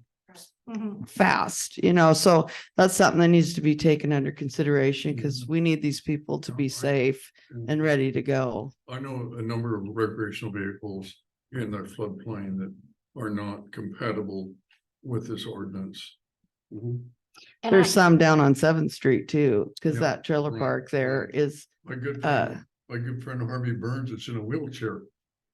There's no way he's gonna move his RV. right. And I just want to make a point here because if these people are forced to keep those tires on these trailers, they're going to be forced to buy new tires just to park them there. Well, I you mean, have to, because you have to skirt them. no, too. those will deteriorate just sitting out there. That's And correct. so that is a big, I'm just mentioning this. I don't Right, have yeah, right. answers, but you I might don't want know to what we do consider. about it, Cause that's a FEMA requirement. Well, Yeah. we've talked about this, about helping the people in the trailer parks and ordinances, or now we call them chapters. Because it's a serious problem and Mhm. we want them to be safe and have good living conditions and they need help. If you So- don't deal with this, our public works director in Pendleton got the dozer out 2 o'clock in the morning when when the river rose. And they were in an RV and old trailers, and he went out with a scoop and rescued an old lady. Oh, He, good for him. got his life on the line doing that. And this is what we're trying to avoid. Right. Because Well, when when it happens, it happens at 2 or 3 o'clock in the morning. Yeah. And you don't see it coming. When we were teenagers, everyone was on deck, down sandbagging and filling sandbags and blocking that river. And we don't have that kind of tight knit group.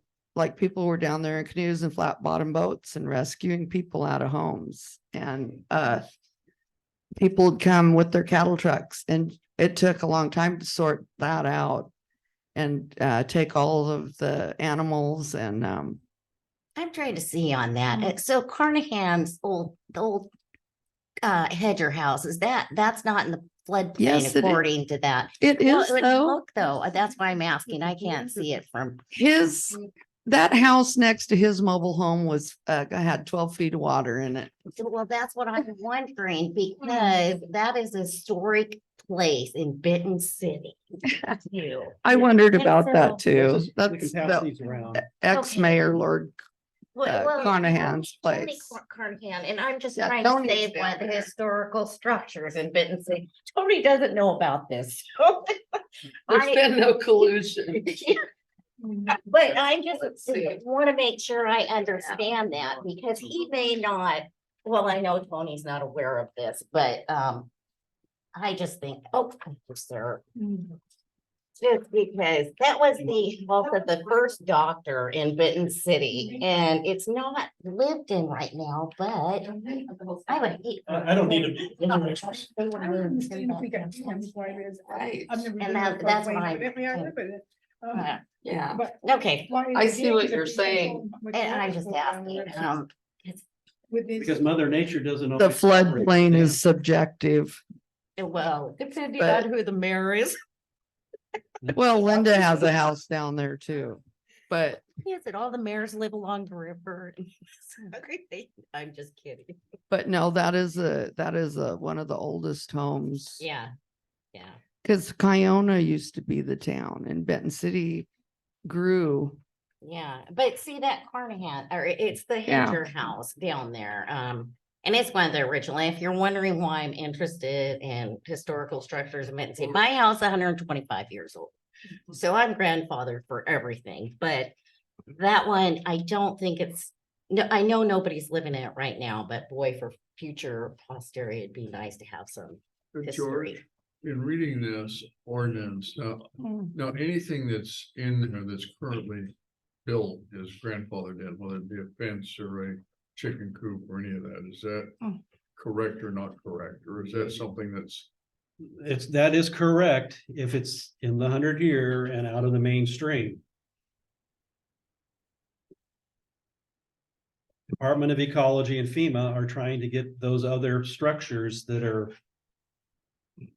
in the mainstream or within the high water mark out That's what they're trying to do. over time. Yep. Okay, so that'll be something that'll in the future for us to work on, Right, but we don't have to worry about it currently. currently.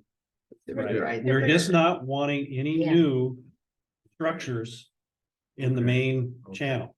However we define it. Okay. This is, Yeah, it's a tough issue. Because it used to be all the way up to Chris Avenue, the water line. yeah, and from my interpretation. It used to be canal. the lot. blues This and the- used to be But what it- canal, the Chris colors on here. Avenue. I have a question about Okay, this. the blues. Blues are the floodplain areas. Okay, So- it's the pink. That's the city limits. I have a question. Oh, yeah, there's something. Just to make sure, when I read through this, because I'm thinking of this historical structure. My interpretation is that if it was regulated by this chapter would be that if that old house flooded, they basically have to tear it down, remove the foundation and everything, because it would be more expensive to replace 100+ year old structure. Yeah. That's what I'm saying. See, that's where I'm coming It from, would. because, yeah, there's no way. I- They would have to bulldoze it. According to this, it's Am I right there in my interpretation? Where I'm not sure where they're located. It's at. in the floodplain. It's right here. If you take, 7th Street. And then you go, it basically goes straight into the Be property, south. the old Mayor Lloyd, you're. gonna It's do- south of Seventh Street. Yeah, where Babs and 7th, there's a little car lot there. Well, Yeah. there's a driveway that heads immediately south. If 7th was to continue, well, there's an old structure back there, an old house. And that's 100+ years old. That's the one I'm referring to. In the future, it could potentially be a historic house or structure in this. We could put a, a They museum. can rebuild it if it's above the No, no, no, floodplain. no, no. My question is, the way I read this, if it was damaged, I'm not talking rebuilding. I'm trying to save the existing structure, but as I read this, if it were damaged, it would be on the 50% to fix it. And so they would have to tear it down, foundation and all. Is that it? And I'm just asking if I'm correct. I could be completely wrong. Well, we're Point to that, there really is. Mhm. And a good point. Because what she's talking about, it addresses in here. And when you start getting that much money involved in it, you lost everything. You've Yeah. lost it all right there. It's gone. And Well, that's- I don't even know what kind of condition that house is in anymore because they have the factory homes next to it and my friends lived there when it was underwater. And that's my point, because I live in a 125-year-old house. About 20 years ago, I redid it. Well, the contractor, I'll just be honest, the guy's like, you should tear it down and rebuild. But I was like, no, I'm 3rd generation local on this farm. I'm not doing it. If I wanted to live in a new house, I could. And so it cost me probably far more than some of these structures that are being built brand new here. And so when I look at that 50%, those old houses aren't worth jack, when they're that far gone. And so, and I'm looking towards the future, and because we're in the planning phase, it's like we have so few, all of the old houses have burnt down. There's like 3 left, maybe 4, and that's one of them. And so that's what I'm thinking, because even now I'm getting old. I'm trying to think of what to do with my farm. Is it when I just what? kind Oh, of yes. wanted clarification on the 50%. Is that of the value of it, or is that 50% of Well, there's the 2 things. physical? There's 2 things. There's the value Right, Yeah. as well as the, the physical building right, itself. right. Okay, so what is? And the they look at it when it flooded in the Umatilla Mhm. River. We had 200 homes that were Right. damaged. FEMA says, go out and take a look. And if it's over 50% damaged, But what does that mean? 50% of the the physical siding, buildings? floor, the Okay, building the itself. building, or not the value. Okay. Yes, it is. The And- way, that's and my they- question. They considered that unsafe. Okay. They had to leave, Right. out, Yeah, period. Condemned. You're gone. yeah. Mhm. And Okay. that was exactly where I was kind of going, but I was focusing on the cost Right. versus So I would- the 50% of Okay, damage. it could to be, the it could be other structure. parts of the building that are, you're not, impacting the footprint. Well, let's say 20% of the building was damaged, but You it could- cost 60% of the value to rebuild You it. can still, so long as it's within that footprint, That's what I was saying. So it is the footprint, so. if Not it's in the necessarily 100-year, value. if it's, Right, Mhm. and Yeah, but we're not going to allow any expansion expansion on the footprint. in the main floodway. Right. Mhm. We can't allow it. The FEMA won't allow it, ecology won't allow it. In this, it talks about, septic tanks and the potential of getting sewage on the floodwaters. Mm. Does that mean on the RV parks, when they have the open outlet for their waste water and waste tanks, those need to be capped in the event of a flood coming in? Yeah, I would think so. Septic They don't tank. want you, discharging into the river. Well, it goes to north, well, either way. I'm just curious, because they're not set up in any of the RV parks to cap them off and block them off in the event of a flood. Mhm. I'm sure that some of these old parts and things just are not in They just got compliance. an open hole and run their hose into. Yeah, and they are in violation of state health standards. Okay.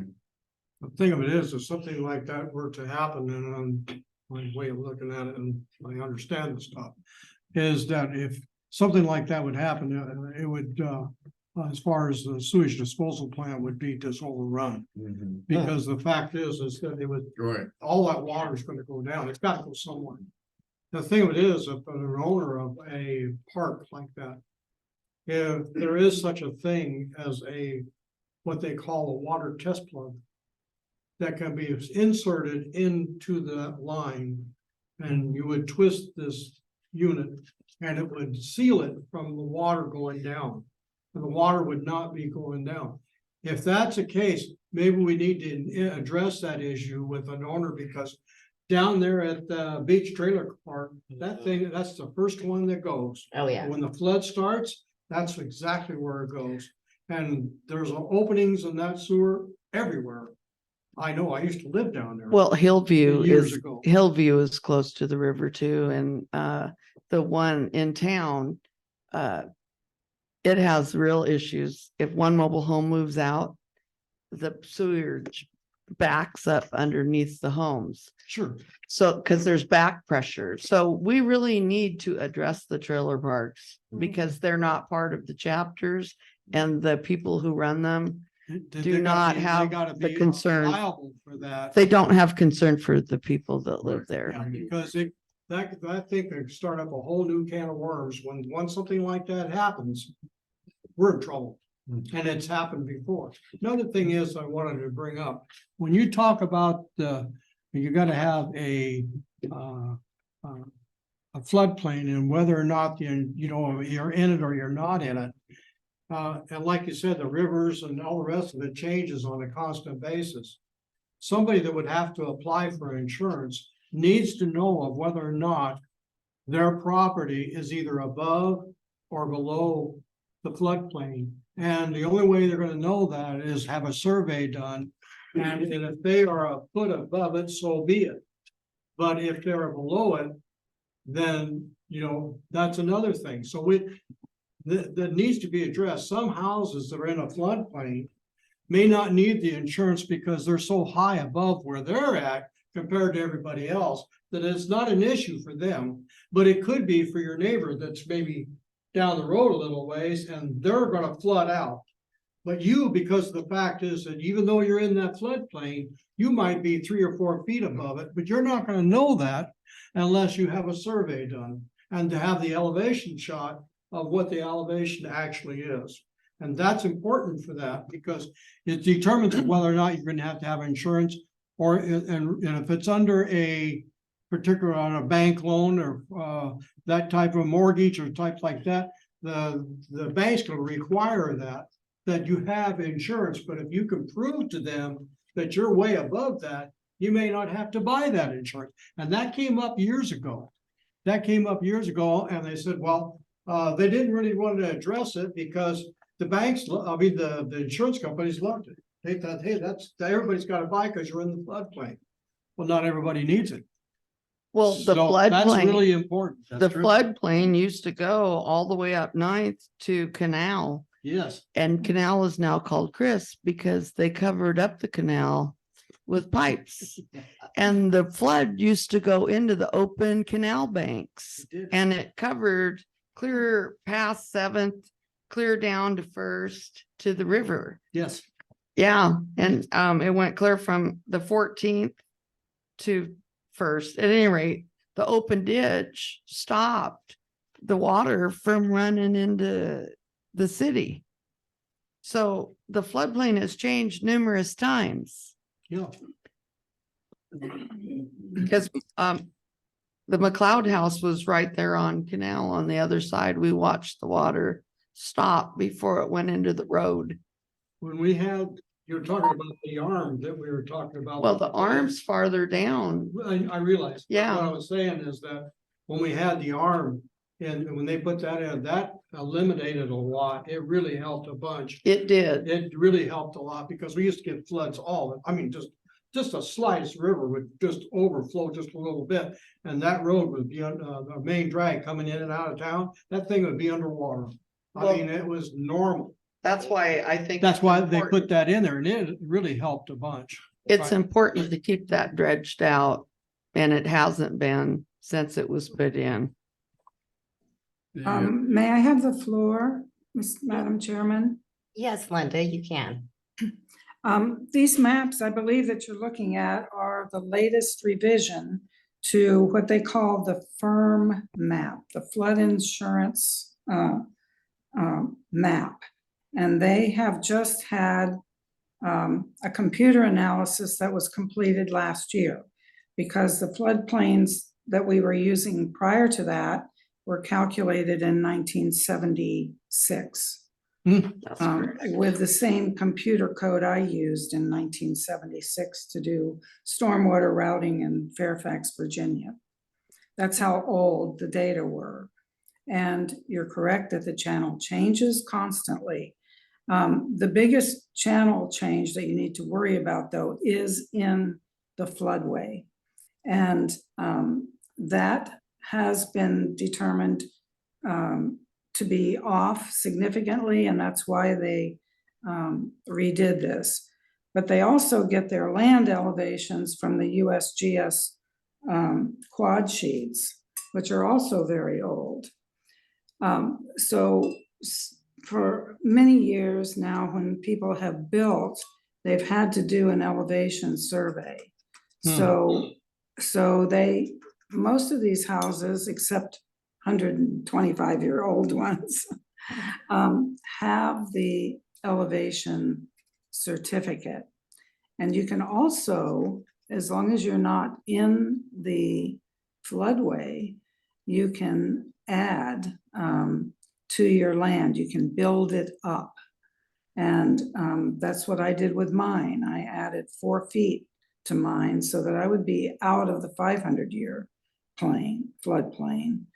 But these numbers that you see on this map, which show the channels of the flood, we have to abide by the ones that are going to be on the map. And if you can prove by a different elevation certificate that you're higher, then that would be one thing that you could ask for, a letter of map revision.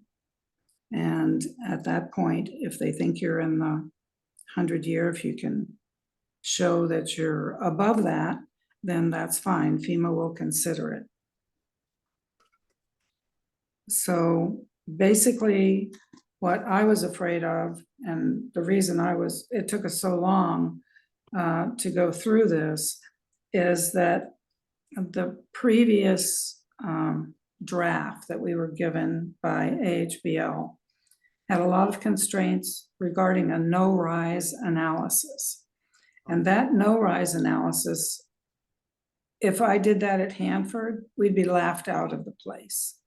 They want you to do a computer model, which to get it done even reasonably is about $6,000 a try.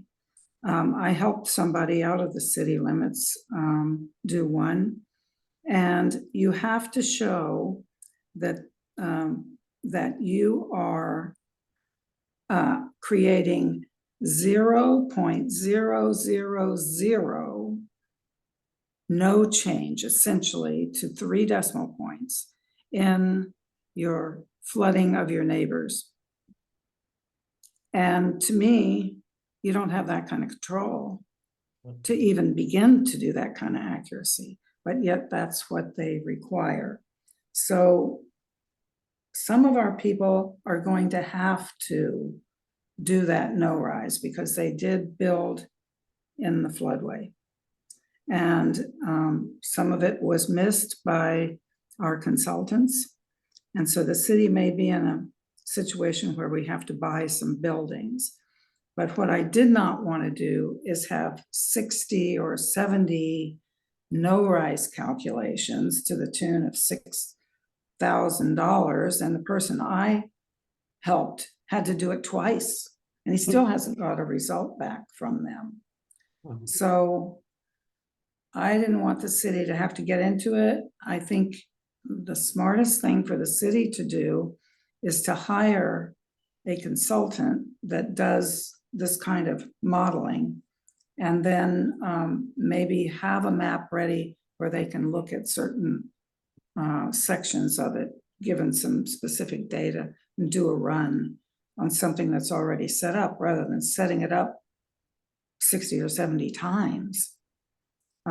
So that's what I would recommend doing, so that we're not stuck with all of the people that may have to do a no-rise calculation. So I didn't put it in this code at all. We defined it, but we said there will be no new analysis in the floodway, no new building in the floodway. But it's quiet as to whether or not we have to do the no-rise in the existing ones. So if we do, then I think the city should look into that and getting a discount for those people, rather than having to pay $6,000 to $10,000 to preserve a structure that's probably not worth anything near that. So that's sort of my take on this. I would like to ask you, Mayor, what I hear what you're saying, would it be a possibility to have, lack for a better thing, an elevation shot in this area for the whole area, and have elevation shots made that you could look at what you're talking about, a map for that area, and have the elevation shots for the whole area. And that way you can know of what needs to be done as far as whether you're in the floodplain or you're not in the floodplain. And if you have elevation shots throughout that whole area, then you're going to know what exactly you're dealing with. Another thing that would be extremely expensive. So what we have to rely on is where they've already looked at it and have defined these elevations along these various channels and floodways. And if there's a specific house that's in there, then they could, do a survey if they don't have the already existing elevation, because you have to have that in order to get a permit to build. So there's several different ones that you already have elevation shots on it? Yes, Okay. almost everything, and that's why I was trying to make the point, since probably the 80s for sure, has an elevation certificate assigned to it, or the city wouldn't have been able to provide it a permit to build. Okay. And if Jenny's still there, I don't know, but Jenny had looked up some of these numbers. It's kind of hard to find all of this stuff, and it would be a big exercise for Jenny to have to go through it. But usually those are all provided to FEMA.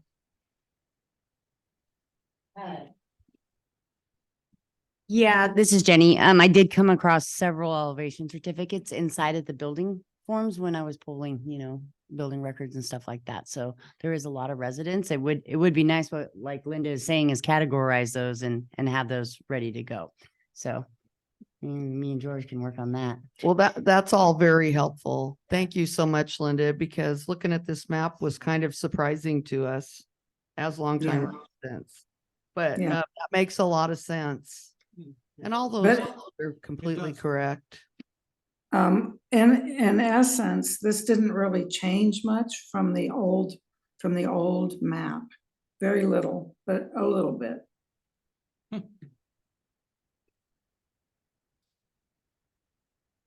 Anybody else? Anything to say? Thank you, Mayor. George? Thank you, Linda. Okay, you're welcome. Hey, Linda, I guess you're not going to be too busy here in a few months. Maybe you should think about joining the planning commission. I already did my time. I do have a question, if Okay. you don't mind, George. Yes, Just John. out of curiosity, because you guys were talking about this building down there, Gonna- that maybe you would like to save Hold it. off on that. I just Okay. provided it and Uh, people want to see it. What It's if back. that particular building was raised and actually lifted up from where it's at, and you wanted to Mhm. save it? Whereas there could be flow from Oh, a that one. flood Oh, all that right. could Yeah, I saw go that. underneath the building and wouldn't affect it. And how Yeah. high would that have to be in order to do that and 4 be feet. certified?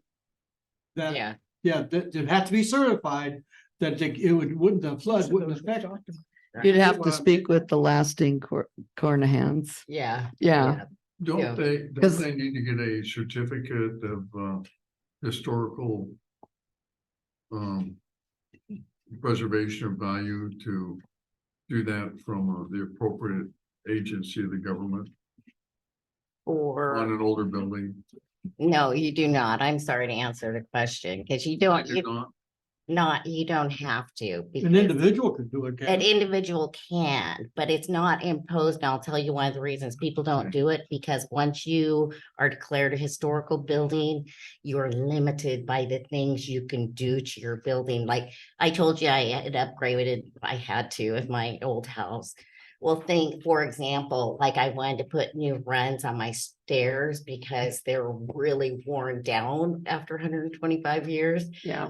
Well, my rungs are so narrow and so steep. If I did anything with those stairs, I would have had to rip the whole thing out and take it up to code, which wasn't possible because of the square footage. I mean, they're almost like a ladder, and people had small feet and they're healthier, so the kids could run up and down. And so that's why you don't have to do it. And there are, and like this structure down here, I was hoping maybe in the future the city can get this or something so that we could preserve it. And right now it's not a residence. Nobody's living in the house, but I'd like to not have it torn down during the next flood. That's what I was worried about. It doesn't show it in the floodway or floodplain. Yeah, that's why I wasn't sure of in the Okay. first place. I wasn't sure, but or- We've seen it underwater Yeah, before. It's a cool house. But if the Yeah. city, now if the city would purchase that property. Right. It's then we're directly looking at- below Then Seventh we Street.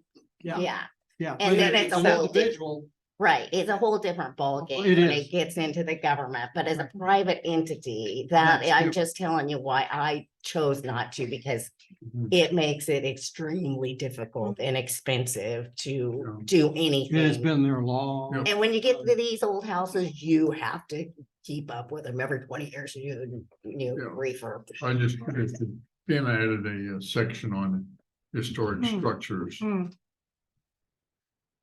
Maybe we should Mhm. find out where we're at on this so we can continue. Mhm.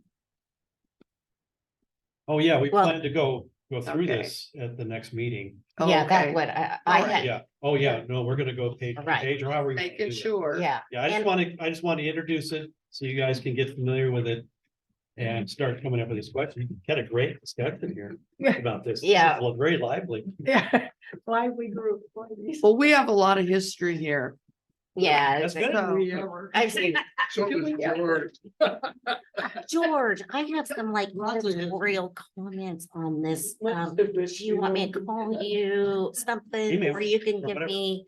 Well, I would do a red line strikeout because there's editorial, but I can't copy. I don't have it's PDF, so if you can give me a read right or something. Just, you can drop it off here or whatever. Okay, Sure, that would be great. Yeah. Okay, We had 0 people before the floods going over ordinances. I had 300 people after the first flood. Meeting. oh, interesting, interesting. Oh, they are interested. They huh? got real. Yeah, interested yeah, really yeah, quick. yeah. Oh, we're gonna talk about the next meeting, right? I wanted to make a proposal if Lynn would like to chair the next meeting. Actually, yes. Any objections? What's that now? Okay, I'd be the one to decide that. I don't have objections and we'll help you. No, we won't. So, Yes, we will. Okay, with that, I'm gonna Okay. adjourn unless somebody has something else to say. Second it. Okay, alrighty. Thank you. Thank you. Thank you. Thank you. Sorry, we talked too much. Once we get going. Do you want to keep that? I'll keep it in. Yeah.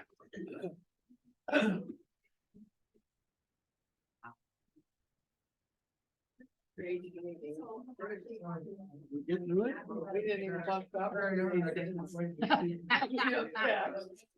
Wow. I know, we're old people now. See for me, I'm thinking. Always like- Grab your coat. No, I don't know.